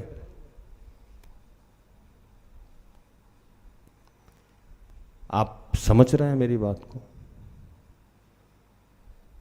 जो पतरस को प्रभु कहा कि उठ मार खा, पतरस को प्रभु ने दर्शन दिया। पतरस उसके पहले नॉनवेज नहीं खाता था, सुनते रहिए कहानी। और यहूदी के अलावा कहीं प्रचार भी नहीं करता था। यहूदी एक जाति है, आप लोग जानते हैं, तो सिर्फ यहूदियों में ही प्रचार करता था और नॉनवेज भी नहीं खाता था। रात में उसको दर्शन मिला तो देखा कि बहुत सारा पक्षी है और आवाज आ रहा, उठ के मार खा। उठा, प्रभु पाप हो जाएगा, हम तो वेजिटेरियन। वहां नीचे ठीक एक शब्द लिखा हुआ है, क्योंकि समय समाप्त हो गया, हम बोले थे 5 मिनट में आ जाए। ठीक नीचे एक लाइन लिखा हुआ है कि जिसे मैंने शुद्ध किया है, जिसे मैंने पवित्र किया है, उसे तुम अपवित्र मत ठहराओ। जिसे मैंने पवित्र किया है उसे तुम अपवित्र नहीं ठहराओ। प्रभु वहां सारे जाति, धर्म, समुदाय, हर इंसान के बारे में कह रहे थे कि सब लोग मेरे पवित्र हैं, तुम उसे अपवित्र कैसे ठहरा रहे हो? और एक और वचन जिसको मैं बोल के जाऊं, उन्होंने कहा कि अंत के दिनों में मैं हर शरीरधारी पे अपनी आत्मा उंडेलूंगा। हर शरीरधारी पे, जो भी शरीर को धारण किया है उस पे अपना आत्मा समा दूंगा। वहां कहते हैं कि जिसे मैंने पवित्र किया तुम उसे अपवित्र मत ठहराओ। और यहां कहते हैं कि अंत के दिनों में मैं हर शरीरधारी पे अपनी आत्मा उंडेल दे रहा हूं। आप गरीब से दूसरा व्यवहार कर रहे हो, आप अमीर से दूसरा व्यवहार कर रहे हो, आप आरसी से दूसरा व्यवहार कर रहे हो, आप जीएल से दूसरा व्यवहार कर रहे हो, आप सीएनआई से तीसरा व्यवहार कर रहे हो, आप हिंदू से किसी और से व्यवहार कर रहे हो, आप मोहम्मदन से किसी और से कुछ और जैसे व्यवहार कर रहे हो। आप कैसे पत्री हो? कौन सी पत्री हो आप? कोई भी आ रहा है, सबसे पहले उसको बोलते हो कि ये नहीं, बपतिस्मा ले लीजिए, धर्म बदल लीजिए, तभी आपका कल्याण होगा। कौन सी पत्री हैं आप? कहां सिखाया गया है नया नियम में कि जो आए उसको बोलिए धर्म बदल दीजिए, जो आए उसको बोलिए बपतिस्मा ले लीजिए? आपके घर में 4 लोग हैं, वो तो आपको देख के विश्वास में आने वाला भी होगा तो हट जाएगा, आपके बोली से, आपके व्यवहार से, आपके आचरण से।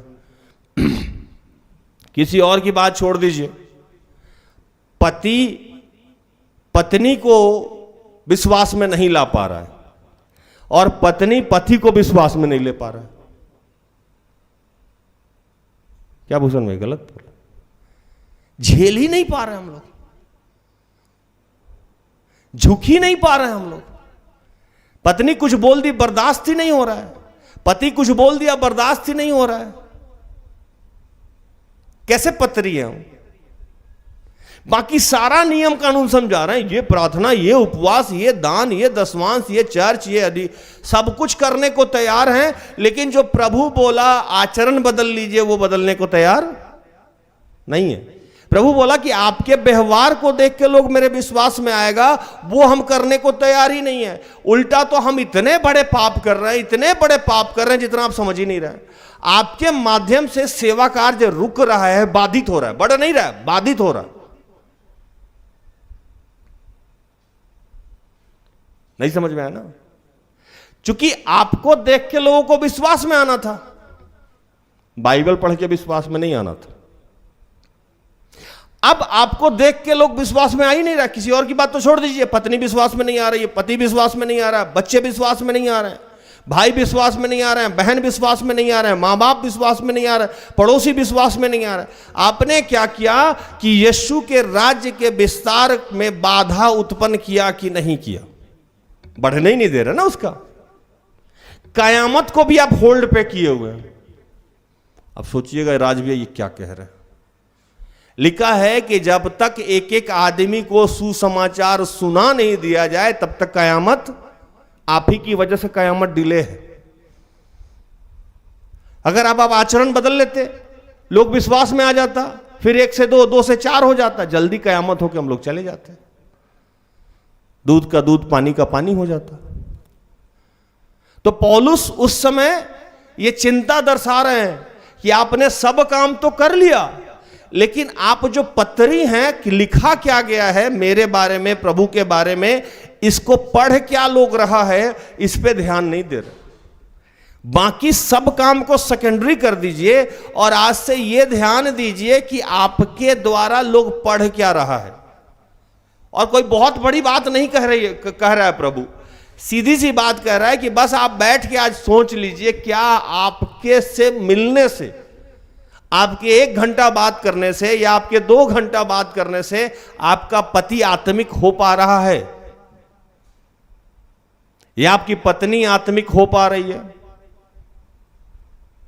या आपके बच्चे विश्वास में आ रहे हैं, कहीं दूर जाने की जरूरत नहीं है, आपकी सास विश्वास में आ रही है, आपके ससुर विश्वास में आ रहे हैं, आपके मां बाप विश्वास में आ रहे हैं, आपके भाई बहन विश्वास में आ रहे हैं। बाइबल के आप बहुत बड़े ज्ञाता हो गए हैं, 40-40 दिन का उपवास करता है लोग। मैं ऐसे ऐसे लोगों को जानता हूं जो साल में 3-3 बार 40 दिन का उपवास करता है, लेकिन सारा रिलेटिव आज उससे त्राहिमाम है, सबसे झगड़ा करता है।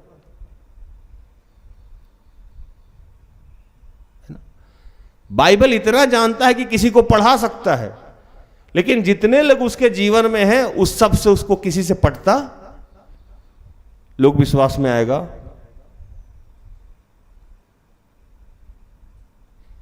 ये मैं इसीलिए आज प्रेम पे नहीं बोला हूं, आप देखो कि आप कर क्या रहे हो, ये मुझे बताने की जरूरत नहीं, आप ही खुद ही जान लो।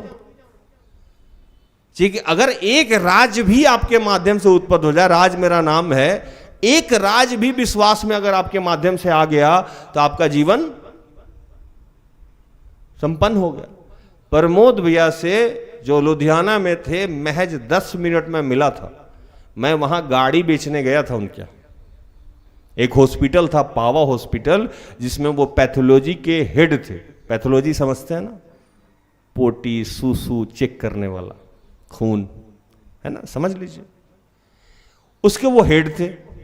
मैं उस समय एक गाड़ी आती थी कैनेटिक स्कूटी, बहुत पहले, आप लोग तो बहुत लोग पैदा भी नहीं हुए, वैसे भी हम बहुत पुराने हैं, बरगद की पेड़ की तरह उम्र है मेरा।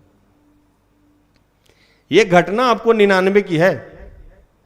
मैं उनके यहां गाड़ी बेचने गया, नंबर मुझे मिला ऐसे ही, जैसे मिलता नहीं है लोगों को डाटा कि कहां कहां क्या रिक्वायरमेंट है। मैं वहां गया और उनसे मैं 15 मिनट गाड़ी के बारे में बात कर रहा था और इतना ही देर में उनसे प्रभाव में आ गया। है आप में ऐसा व्यक्तित्व कि आपसे कोई 15 मिनट या आधा घंटा मिले और वो पवित्र आत्मा से ग्रहण कर ले या विश्वास में आ जाए?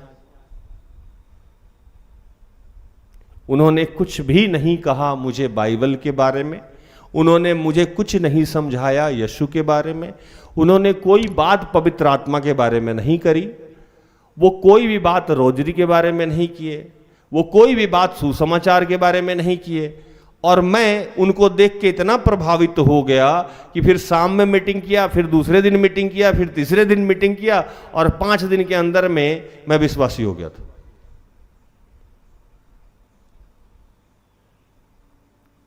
इसको कहते हैं पत्री। क्या बोलते हैं? पत्री, लेटर। पहले का जमाना आप लोग को याद होगा कि पहले प्रेम पत्र चलता था। देखें, अरे प्रेम पत्र आप लोग लिखे हैं? नहीं लिखे तो जीवन में कुछ नहीं किए। आजकल तो चैट में आई लव यू को भी ILU लिख के छोड़ देता है सब, उसमें भी पूरा नहीं लिख पाता है। अरे कम से कम आई लव यू तो पूरा लिख दो। हनी लिखेगा तो हनी का मधुमक्खी भेज देगा। अब समझते रहिए आप, हनी है, समझ गया ना। गुड नाइट लिखेगा तो जी के बाद N हो गया गुड नाइट। इतना शॉर्ट फॉर्म में चल रहा है। प्रेम पत्र कहां से लिखेगा कोई आदमी, है ना। हंसना है तो वो एक फोटो हंसी का भेज देता है, अब समझ लीजिए कि हंसी है। रोना है तो 2 बूंद आंसू भरा हुआ समझ रहा है कि रो रहा है। अगर जोर से हंसना है तो ऐसा निकला हुआ भेज देता है, समझ रहा है बहुत जोर से हंस रहा है।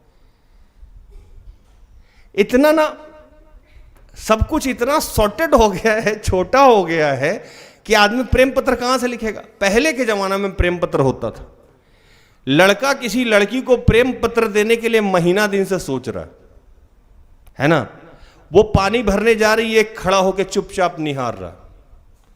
प्रेम पत्र डायरेक्ट भी नहीं देना है, किसी के माध्यम से देना है, समझिएगा बात। खुद तो जाके देंगे तो पिटने का भी डर है, तो वो सोच रहा है कि उसकी सहेली के सहेली के सहेली का कोई लिंक मिले। वो प्रेम पत्र लिखा, महीना दिन 10 दिन में लिखा, इतना बड़ा लेटर लिखा। आप कभी देखे होंगे कि एक प्रेम पत्र लिखने में 50 कागज फाड़ देता है बच्चा से। फिर जाके एक तैयार हुआ, वो 5 दिन तक लेके पॉकेट में घूमा, फिर उसके फ्रेंड्स के फ्रेंड के फ्रेंड को ढूंढा, वहां से वो गया। ऐसा क्या लिखा रहता था उस प्रेम पत्र में कि लड़की पढ़ते ही प्रेम कर बैठी। इसको कहते हैं पत्री। समझ में आया?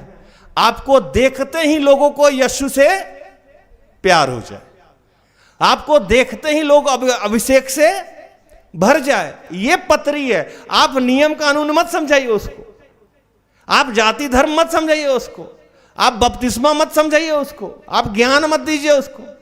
हम लोग क्या करते हैं, 4 वचन जान गए, जैसे कोई मिला मुर्गा, दे दनादन वचन दिए जा रहे हैं, दिए जा रहे हैं, दिए जा रहे हैं। वो समझ रहा है कितना बड़ा धर्मी आदमी है। 4 दिन आपके साथ मिला, आपका उससे झगड़ा हो गया, सारा वचन हवा हो गया। फिर सोच रहा है वो वचन बोली थी, यही बोली थी। आज एकदम चुड़ैल टाइप की बोल रही है। आपने वचन को भी बदनाम कर दिया। आपका बिहेवियर ऐसा है कि आपने उस वचन की गरिमा भी समाप्त कर दी। तुरंत में वचन किसी को मत बताइए, चीजों को आसान रहने दीजिए। आपने इतना भारी कर दिया है यीशु मसीह को ना कि लोगों के लिए बोझ हो गया है। मैं पहली बार सिस्टर एस्टर से मिलने गया। मेरे साथ एक मेरा दोस्त था, मतलब दोस्त के आप रिलेटिव है। पेट्रोल पंप है, जब टमटम टोली से आप इधर निकलते हैं तो पेट्रोल पंप है। मेरे साथ गया, वो पान वान खाया, हम दोनों सिगरेट विगरेट पिए। हमसे पूछा कहाँ जा रहे हो? तो मैंने कहा कि इधर एक महिला रहती हैं बूढ़ी सी, सिस्टर एस्टर। सिस्टर क्रिश्चियन है? मैंने कहा ऐसे क्यों रिएक्ट कर रहा है, पागल है तुम, यहां पैसा दे दे के धर्म बदलवाता लो, नहीं जाओ। मैंने कहा ऐसा? हाँ नहीं यार, वो बहुत जानती हैं, हमको ना जेल में पता मिला है उनका, कोई महिला है, वही बताएंगी कि बेल कैसे होगा। तुम समझ नहीं रहा है, सब कुछ चला जाएगा तुम्हारा। ये लोग संस्कार छीन लेता है, धर्म बदलवा देता है, बाल बच्चा का तुम्हारा शादी नहीं होगा, घर से निकाल देगा, समाज से निकाल देगा। 15 मिनट मेरा वो काउंसलिंग किया, हम डिप्रेशन में इधर जाए कि इधर जाए। क्या मजाल कि वो आदमी पेट्रोल पंप से अपना गाड़ी घुमाया, बोला हम यहीं रहेंगे, हम तो नहीं जाएंगे, तुमको जाना है तो जा। वो शख्स आज तक सिस्टर एस्टर से मिलने, ये असली इंफॉर्मेशन हम आपको बता रहे हैं। हमारे समाज में आपके बारे में और हमारे बारे में लोग यही सोचता है कि हम लोग पकड़ लेंगे उसको, बदल देंगे उसको, इसीलिए लोग डर से यहां आता नहीं है। इस रेपुटेशन को आज बदलना होगा सबको मिलकर, और इसके लिए सबसे ज्यादा जरूरी है कि आप फटाफट बाइबल मत समझाइए, फटाफट चर्च की बातें मत समझाइए, फटाफट धर्म की बातें नहीं समझाइए। अपना व्यक्तित्व, अपना आचरण, अपना बोली, अपना व्यवहार ऐसा रखिए कि लोग लास्ट में आपसे खुद पूछे, भैया किसको मानते हो? आपको देख के लोग पूछे किसको मानते हो, आप कहिए रहने दीजिए ना, क्या फर्क पड़ता है आपको। फिर वो पूछे आपसे, अरे किसको मानते हो, ऐसा क्या है तुम में भाई, किसको मानते हो? तब बोलिए यीशु को मानते हैं। इनको मानने के लिए क्या करना होगा? कुछ नहीं करना होगा, एक दूसरे से प्रेम करना होगा, कहानी समाप्त हो जाएगी। हां या नहीं? यही तो बाइबल में सिखाया गया है, यही तो प्रभु ने कहा नए नियम में कि मैं तुमसे एक नई वाचा बांधता हूं, एक नया कमिटमेंट करता हूं कि अपने समान अपने पड़ोसी से प्रेम करो, अपने समान अपने ईश्वर से प्रेम करो। इसको छोड़ के बाकी आप सब समझाया जा रहा है, और समझाना भी आपका बेकार हो जा रहा है, चूंकि आपके आचरण में तो वो है ही नहीं। जितनी बड़ी बड़ी बातें आप कह रहे हैं, जितनी बातें आप सुना रहे हैं, जितना वचन आप समझा रहे हैं, जो कहानी आप बता रहे हैं, जो चिन्ह चमत्कार आप दिखाना चाह रहे हैं, वो आपके जीवन में भी होना चाहिए। नहीं तो उसको छुपाइए। अभिषेक छुपाया जाता है, अभिषेक दिखाया नहीं जाता, वो खुद दिखता है। मुझे बताने की जरूरत नहीं है कि मेरे साथ क्या है, आपको पता चल जाएगा। हालेलुया। तो समझ में तो आ ही गया होगा। तो प्रभु इन सारे वचनों से आप सबको और मुझे भी आशीषित करे, आमीन। आइए हम आखिरी प्रार्थना में जाएंगे।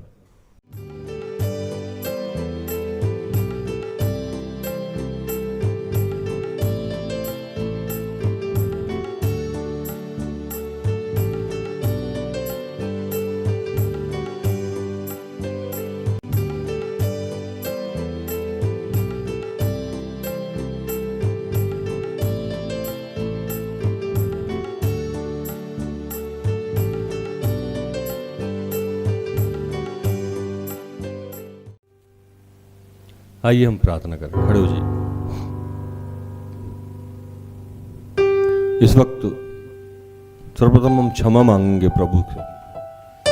पिता पुत्र पवित्र आत्मा, हमें क्षमा कीजिए कि हमने जब जब लोगों के लिए गलत उदाहरण बना छोड़ा, लोग हमें देख के आपको जान नहीं पाए प्रभु, यहां तक कि लोग हमें देख के आपके विरुद्ध चले गए प्रभु, विश्वास में नहीं है पा पाए प्रभु। आपसे चिढ़ मचने लगा, लोग हमसे डरने लगे प्रभु। जब जब ये हरकत हुई है प्रभु, जिससे हमने आपको बदनाम किया है, पवित्र आत्मा को बदनाम किया है, या जिसके माध्यम से हमें शिक्षा मिली उस शरीर को बदनाम किया, उन तमाम बातों के लिए प्रभु आज हम क्षमा चाहते हैं। प्रभु, मैं, मेरी अगुआ सिस्टर एस्तर और टीम के सारे सहयोगी भाई बहन, हम सब आत्मा में एक हो जाते हैं, और पूरे विश्व में जितने तेरे बच्चे हैं जो तुझे जान गए हैं लेकिन जान नहीं पाए हैं, प्रभु आज वो तुझे जान पाए, तुझे सच में क्या पसंद है ये समझ जाए, और तुझे ये सिर्फ ये पसंद है प्रभु कि लोग हमें देख के एक दूसरे से प्यार करने लगे, हमें देख के आपसे प्यार करने लगे। ऐसा हमारा स्वभाव, ऐसी हमारी बोली, ऐसा हमारा आचरण हो जाए प्रभु, और तेरे राज्य का विस्तार ऐसे ही चलता जाए प्रभु। ये कड़ी बन जाए, हमें देख के कोई और विश्वास में आए, उसे देख के कोई और विश्वास में आए, उसे देख के कोई और विश्वास में आए। पूरा जगत पिता विश्वासी बन जाए, पूरा जगत पिता आपको जान जाए। जो यीशु को जानता है वो तुझे जानता है, जिसने यीशु को देखा है उसे तुझे देखा है। और प्रभु, ये काम तू हम सब के माध्यम से आज से करेगा प्रभु। पिता, हम तेरा धन्यवाद करते हैं। हमारा चलना, हमारा फिरना, हमारा उठना, हमारा बैठना, हर चीज लोगों को भी भाता रहे प्रभु, और तुझे भी भाता रहे पिता। ऐसी कृपा आज हमारे ऊपर हो रही है प्रभु, हम तेरा धन्यवाद करते हैं। मेरा उठना बैठना और चलना तुझे भाता रहे। मेरे जीवन में यीशु तेरा नाम जलाल पाता रहे।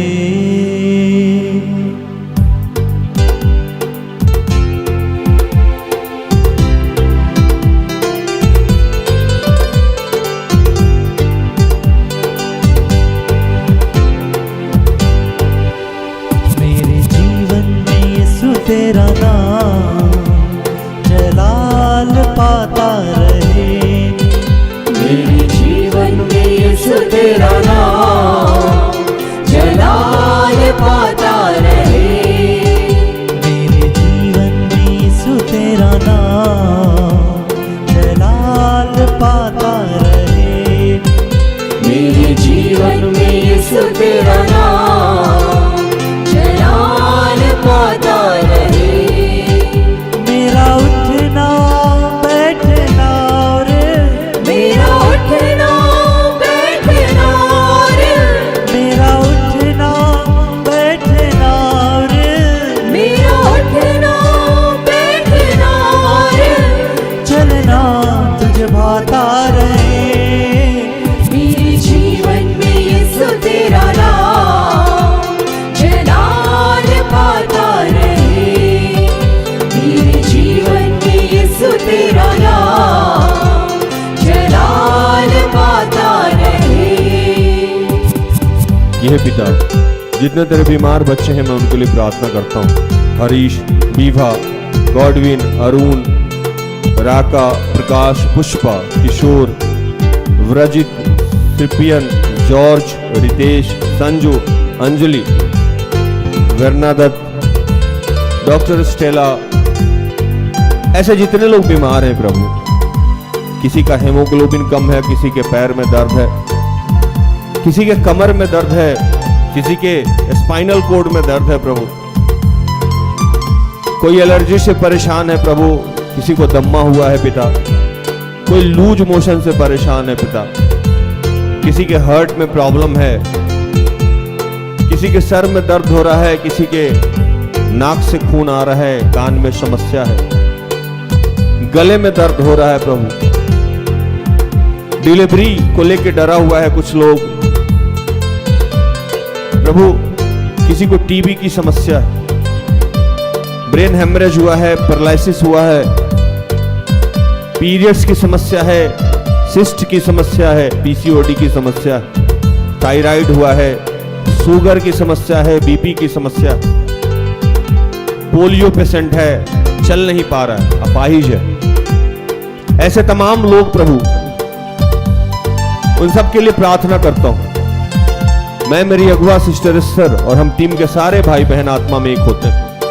उस अधिकार को पिता जो तूने हमें दिया है कि जब हम आत्मा में एक हो जाते हैं, दो या दो से अधिक आत्मा में एक हो जाते हैं, तो हम जो भी मांगते हैं वो हो जाता है। हे पिता, इस वक्त हम पूरे विश्व में जितने लोग जहां बीमार हैं, जहां परेशान हैं, जिस कष्ट में हैं, जिसके भी चेस्ट में पेन हो रहा है, जिसके भी कलाई में दर्द हो रहा है, जिसके भी उंगली में दर्द हो रहा है, वो तमाम बीमारियां सामूहिक रूप से आदेश देते हैं यीशु के नाम से, वो सारे शरीर को छोड़ के अभी और इसी वक्त हर शरीर से बाहर हो जाए यीशु के नाम से।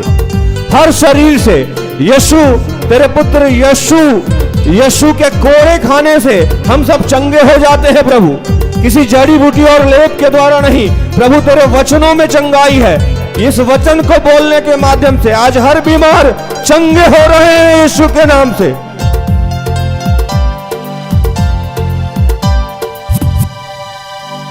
बेमिसाल है तू, मैं मिसाल बनूं, बेमिसाल है तू, मैं मिसाल बनूं, तू कामिल है मैं भी कमाल बनूं, तू कामिल है मैं भी कमाल बनूं, बेमिसाल है तू, मैं मिसाल बनूं, बेमिसाल है तू, मैं मिसाल बनूं, तू कामिल है मैं भी कमाल बनूं, तू कामिल है मैं भी कमाल बनूं, दुनिया का नूर है यीशु, दुनिया का नूर है यीशु, मेरी राहें सजाता रहे, दुनिया का नूर है यीशु, मेरी राहें सजाता रहे, मेरा उठना बैठना और मेरा उठना बैठना मेरा उठना बैठना और मेरा उठना बैठना चलना तुझे भाता रहे, मेरे जीवन में यीशु तेरा नाम जलाल पाता रहे। ये पिता, जितने लोग बेरोजगार हैं, नौकरी चाहते हैं, व्यवसाय चाहते हैं, पढ़ाई कर रहे हैं, एग्जाम की तैयारी कर रहे हैं, छोटा या बड़ा बिजनेस करना चाहते हैं, जॉब ढूंढ रहे हैं प्रभु, बीएड किए हुए हैं, नर्सिंग किए हुए हैं, नेट क्वालिफाई हैं प्रभु, पीएचडी किए हुए हैं, उन सब के लिए मैं प्रार्थना करता हूं प्रभु। जितने लोग इन दिनों फौज में एप्लीकेशन दिए हैं, मैं उनके लिए प्रार्थना करता हूं। जो किसी अन्य एग्जाम की तैयारी कर रहे हैं, मैं उनके लिए प्रार्थना करता हूं। जो लोग फैक्ट्री, इंडस्ट्री या छोटा या बड़ा रोजगार करना चाहते हैं, मैं उनके लिए प्रार्थना करता हूं। जो प्राइवेट या सरकारी नौकरी करना चाहते हैं, मैं उनके लिए प्रार्थना करता हूं कि हे प्रभु, तेरे पुत्र यीशु के भूखे रहने से, उनके निर्धन बनने से हम धनवान बन जाते हैं। प्रभु, तू आया ही था इसलिए कि हमारा उद्धार हो, और प्रभु इस संसार में हमारी हर छोटी जरूरतों के लिए, छोटी से बड़ी जरूरतों के लिए पैसे की जरूरत होती है प्रभु, और इसके लिए हमें कोई ना कोई कार्य करना पड़ता है प्रभु। तूने हम सब के लिए कोई निर्धारित योजना बना के रखी है जो हमारे हित की है, अनहित की नहीं है। और मैं जानता हूं प्रभु कि तू हर चीज का एक समय निर्धारित करके रखा है। तूने कहा था कि रोने का समय है, हंसने का समय है, बर्बाद होने का समय है, आबाद होने का समय है, बेरोजगार रहने का समय है और रोजगार पाने का समय है प्रभु। आज वो तमाम लोग जो बेरोजगार हैं, जो आर्थिक तंगी को जूझ रहे हैं, आर्थिक तंगी से, जो बदहाल है, कुछ करना चाहते हैं, कर नहीं पा रहे, उनकी स्थिति बदल नहीं रही है। हम सब आत्मा में एक होकर प्रार्थना करते हैं प्रभु कि यीशु के नाम से वो तमाम बेरोजगारी इसी वक्त समाप्त हो जाए। प्रभु तू चमत्कार करने वाला ईश्वर है, तो गुप्त में गाड़े हुए और अंधेरे में छुपे हुए धन देने वाला परमेश्वर है। तूने कहा था कि मैं तेरे आगे आगे चलूंगा, ऊंची भूमि को चौरस और समतल करूंगा। तू पत्थर को तोड़ने वाला परमेश्वर है। तू आज वो तमाम बेरोजगार बच्चे जिसके जीवन में जो भी समस्याएं हैं प्रभु, वो चाहे फी नहीं दे पा रहे हैं या अन्य बेसिक समस्या से जूझ रहे हैं प्रभु, उन तमाम लोगों की हर समस्या को अभी और इसी वक्त यीशु के नाम से समाप्त करते हैं। सबके लिए रोजगार का आशीष, एक नया द्वार खोलते हैं यीशु के नाम से। मेरी सोचों में तू, मेरी ख्वाबों में तू, मेरी सोचों में तू, मेरी ख्वाबों में तू,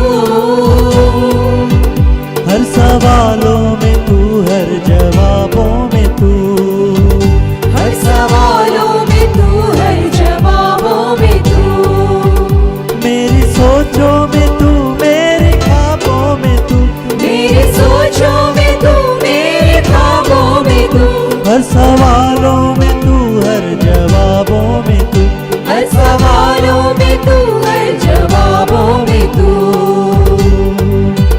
जब भी यीशु को पुकारो, जब भी यीशु को पुकारो, तेरा रूह मुझ पर आता रहे। मैं प्रार्थना करता हूं जिन लोगों के परिवार में कोई समस्या है, प्रदीप, एलिजाबेथ, अंजू, शलोनी, गायत्री, पूनम, मधु, मनीषा, निर्मला, नवल, दिव्या, जो लोग कोई अन्य प्रार्थना चाहते हैं, फुलजेंस, पूजा, संजीरा, शिप्रा, रवि, जो आर्थिक समस्या से जूझ रहे हैं, रमानी, शशि, वायलेट, दयाल, जो लोग जमीन केस से जूझ रहे हैं, एमरजेंसिया, जो विवाह के लिए इच्छुक है, विवेक, संजय, जो निसंतान है, किशोरी, वंदना, मैं उन सब के लिए प्रार्थना करता हूं ईश्वर। जो लोग YouTube पे अभी कनेक्टेड हैं, जो लोग आराधनालय में, मैं, मेरी अगुआ, हम सब आत्मा में एक होकर इन सब के सर पे हाथ रखते हैं। और प्रभु जिसके जीवन में जो भी समस्याएं है, जो भी दुविधा है प्रभु, जो भी परेशानियां हैं प्रभु, उन सब के लिए प्रार्थना करते हैं। तूने ये अधिकार दिया है पिता कि जो कुछ हम पृथ्वी पे बांधेंगे वो स्वर्ग में बंधेगा। तूने ये अधिकार दिया है जो कुछ हम पृथ्वी पे खोलेंगे वो स्वर्ग में खुलेगा। यीशु तेरे इस अधिकार का हम इस्तेमाल करते हैं प्रभु, और इन तमाम बच्चों के जीवन में जो भी समस्याएं हैं, जो भी दुविधाएं हैं, जो भी श्राप है, वो तमाम श्राप यीशु के नाम से तोड़ रहे हैं। जो भी रुकावटें हैं, वो तमाम रुकावटें यीशु के नाम से तोड़ रहे हैं, खारिज कर रहे हैं। और प्रभु इनके लिए आशीष, इनके लिए बरकत, इनके लिए उन्नति, इनके लिए सारे बंद द्वार यीशु के नाम से खोल रहे हैं प्रभु। यीशु तेरा आशीष, तेरा अनुग्रह आज हर घर में प्रवेश कर रहा है। आज हर घर में तेरा प्रेम प्रवेश कर रहा है। हर हज बच्चे एक नई पत्री बन रहे हैं प्रभु। हर एक बच्चे नई पत्री बन रहे हैं। आज तेरा अभिषेक मंडराता हुआ हर शरीर पे उतर रहा है प्रभु। सबके शब्दों पे तेरा नियंत्रण होगा, सबके आचरण पे तेरा नियंत्रण होगा प्रभु। जितने भी लोग इन सबको देखेंगे वो सब तुझे जान लेंगे प्रभु। हम तेरा धन्यवाद करते हैं। बेमिसाल है तू, मैं मिसाल बनूं। बेमिसाल है तू, मैं मिसाल बनूं। तू कामिल है, मैं भी कमाल बनूं। तू कामिल है, मैं भी कमाल बनूं। दुनिया का नूर है यीशु, दुनिया का नूर है यीशु। दुनिया का नूर है यीशु। दुनिया का नूर है यीशु। मेरी राहें सजाता रहे। दुनिया का नूर है यीशु। मेरी राहें सजाता रहे। मेरा उठना बैठना और मेरा उठना बैठना मेरा उठना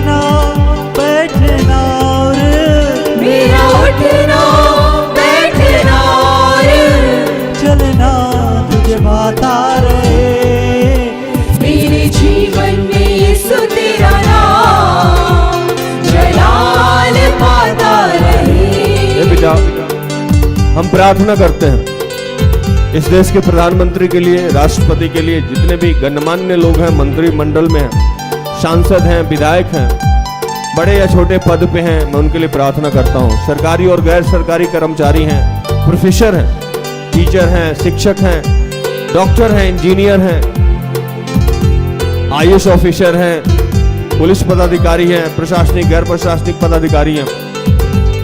मैं उन सबके लिए प्रार्थना करता हूँ जितने मुखिया हैं। मैं प्रार्थना करता हूँ इन दिनों जितने लोग यात्रा पे हैं या जाने वाले हैं, उनके लिए प्रार्थना करता हूँ। मैं प्रार्थना करता हूँ जहाँ भी कंस्ट्रक्शन का काम चल रहा है, मैं प्रार्थना करता हूँ कि प्रभु आज उन तमाम लोगों के लिए अभिषेक मांगता हूँ। कुलदीप, रोशन, नवीन, जैस्मिन, नीलेश और यहाँ जितने बच्चे उपलब्ध हैं, जो भी जहाँ से मुझे देख रहे हैं, सुन रहे हैं, उन सब के लिए प्रभु तूने मुझे ये अधिकार दिया है। मैं अपनी अगुआ सिस्टर एस्तर, अपने टीम के सारे भाई बहन को आत्मा में एक करता हूँ और उस अधिकार का इस्तेमाल करता हूँ। तूने कहा था कि ये लो, पवित्र आत्मा लो। तूने कहा था कि मांगने वाले को पवित्र आत्मा क्यों नहीं दी जाएगी। तूने कहा था कि अंत के दिनों में मैं हर शरीरधारी पे अपनी आत्मा उंडेलूंगा। बूढ़े स्वप्न देखेंगे, जवान दर्शन देखेंगे। प्रभु इस आत्मा के लिए आज मैं प्रार्थना कर रहा हूं और उस अधिकार को इस्तेमाल करते हुए इन सब के ऊपर तेरे आत्मा का प्रवाह करता हूं कि अपनी आत्मा को ग्रहण कीजिए, अपने सहायक आत्मा को ग्रहण कीजिए यीशु के नाम से। अपनी आत्मा को लीजिए, अपने एनवाइंटिंग को लीजिए, इसे रिसीव कीजिए और आज से आपका चरित्र, आचरण, व्यवहार बदलने जा रहा है। हम तेरा धन्यवाद करते हैं प्रभु, सब कुछ आपके हाथों में समर्पित करते हैं पिता, और इन तमाम प्रार्थना को प्रभु यीशु के जीवित और पवित्र नाम से मांगते हैं। दया से सुन और स्वर्ग के राज में ग्रहण कर, आमीन। तो धन्यवाद, प्रभु आप सबको आशीष दे। आशा करते हैं कि आज के प्रार्थना से, आराधना से, वचनों की उद्घोषणा और अंतिम प्रार्थना से प्रभु ने आप सबको स्पर्श किया होगा। प्रार्थना परिवार निरंतर आपका आभारी है कि आप हमारे साथ हैं, हमारा सहयोग करते हैं। प्रभु आपको आशीष दे। जय यीशु साहब।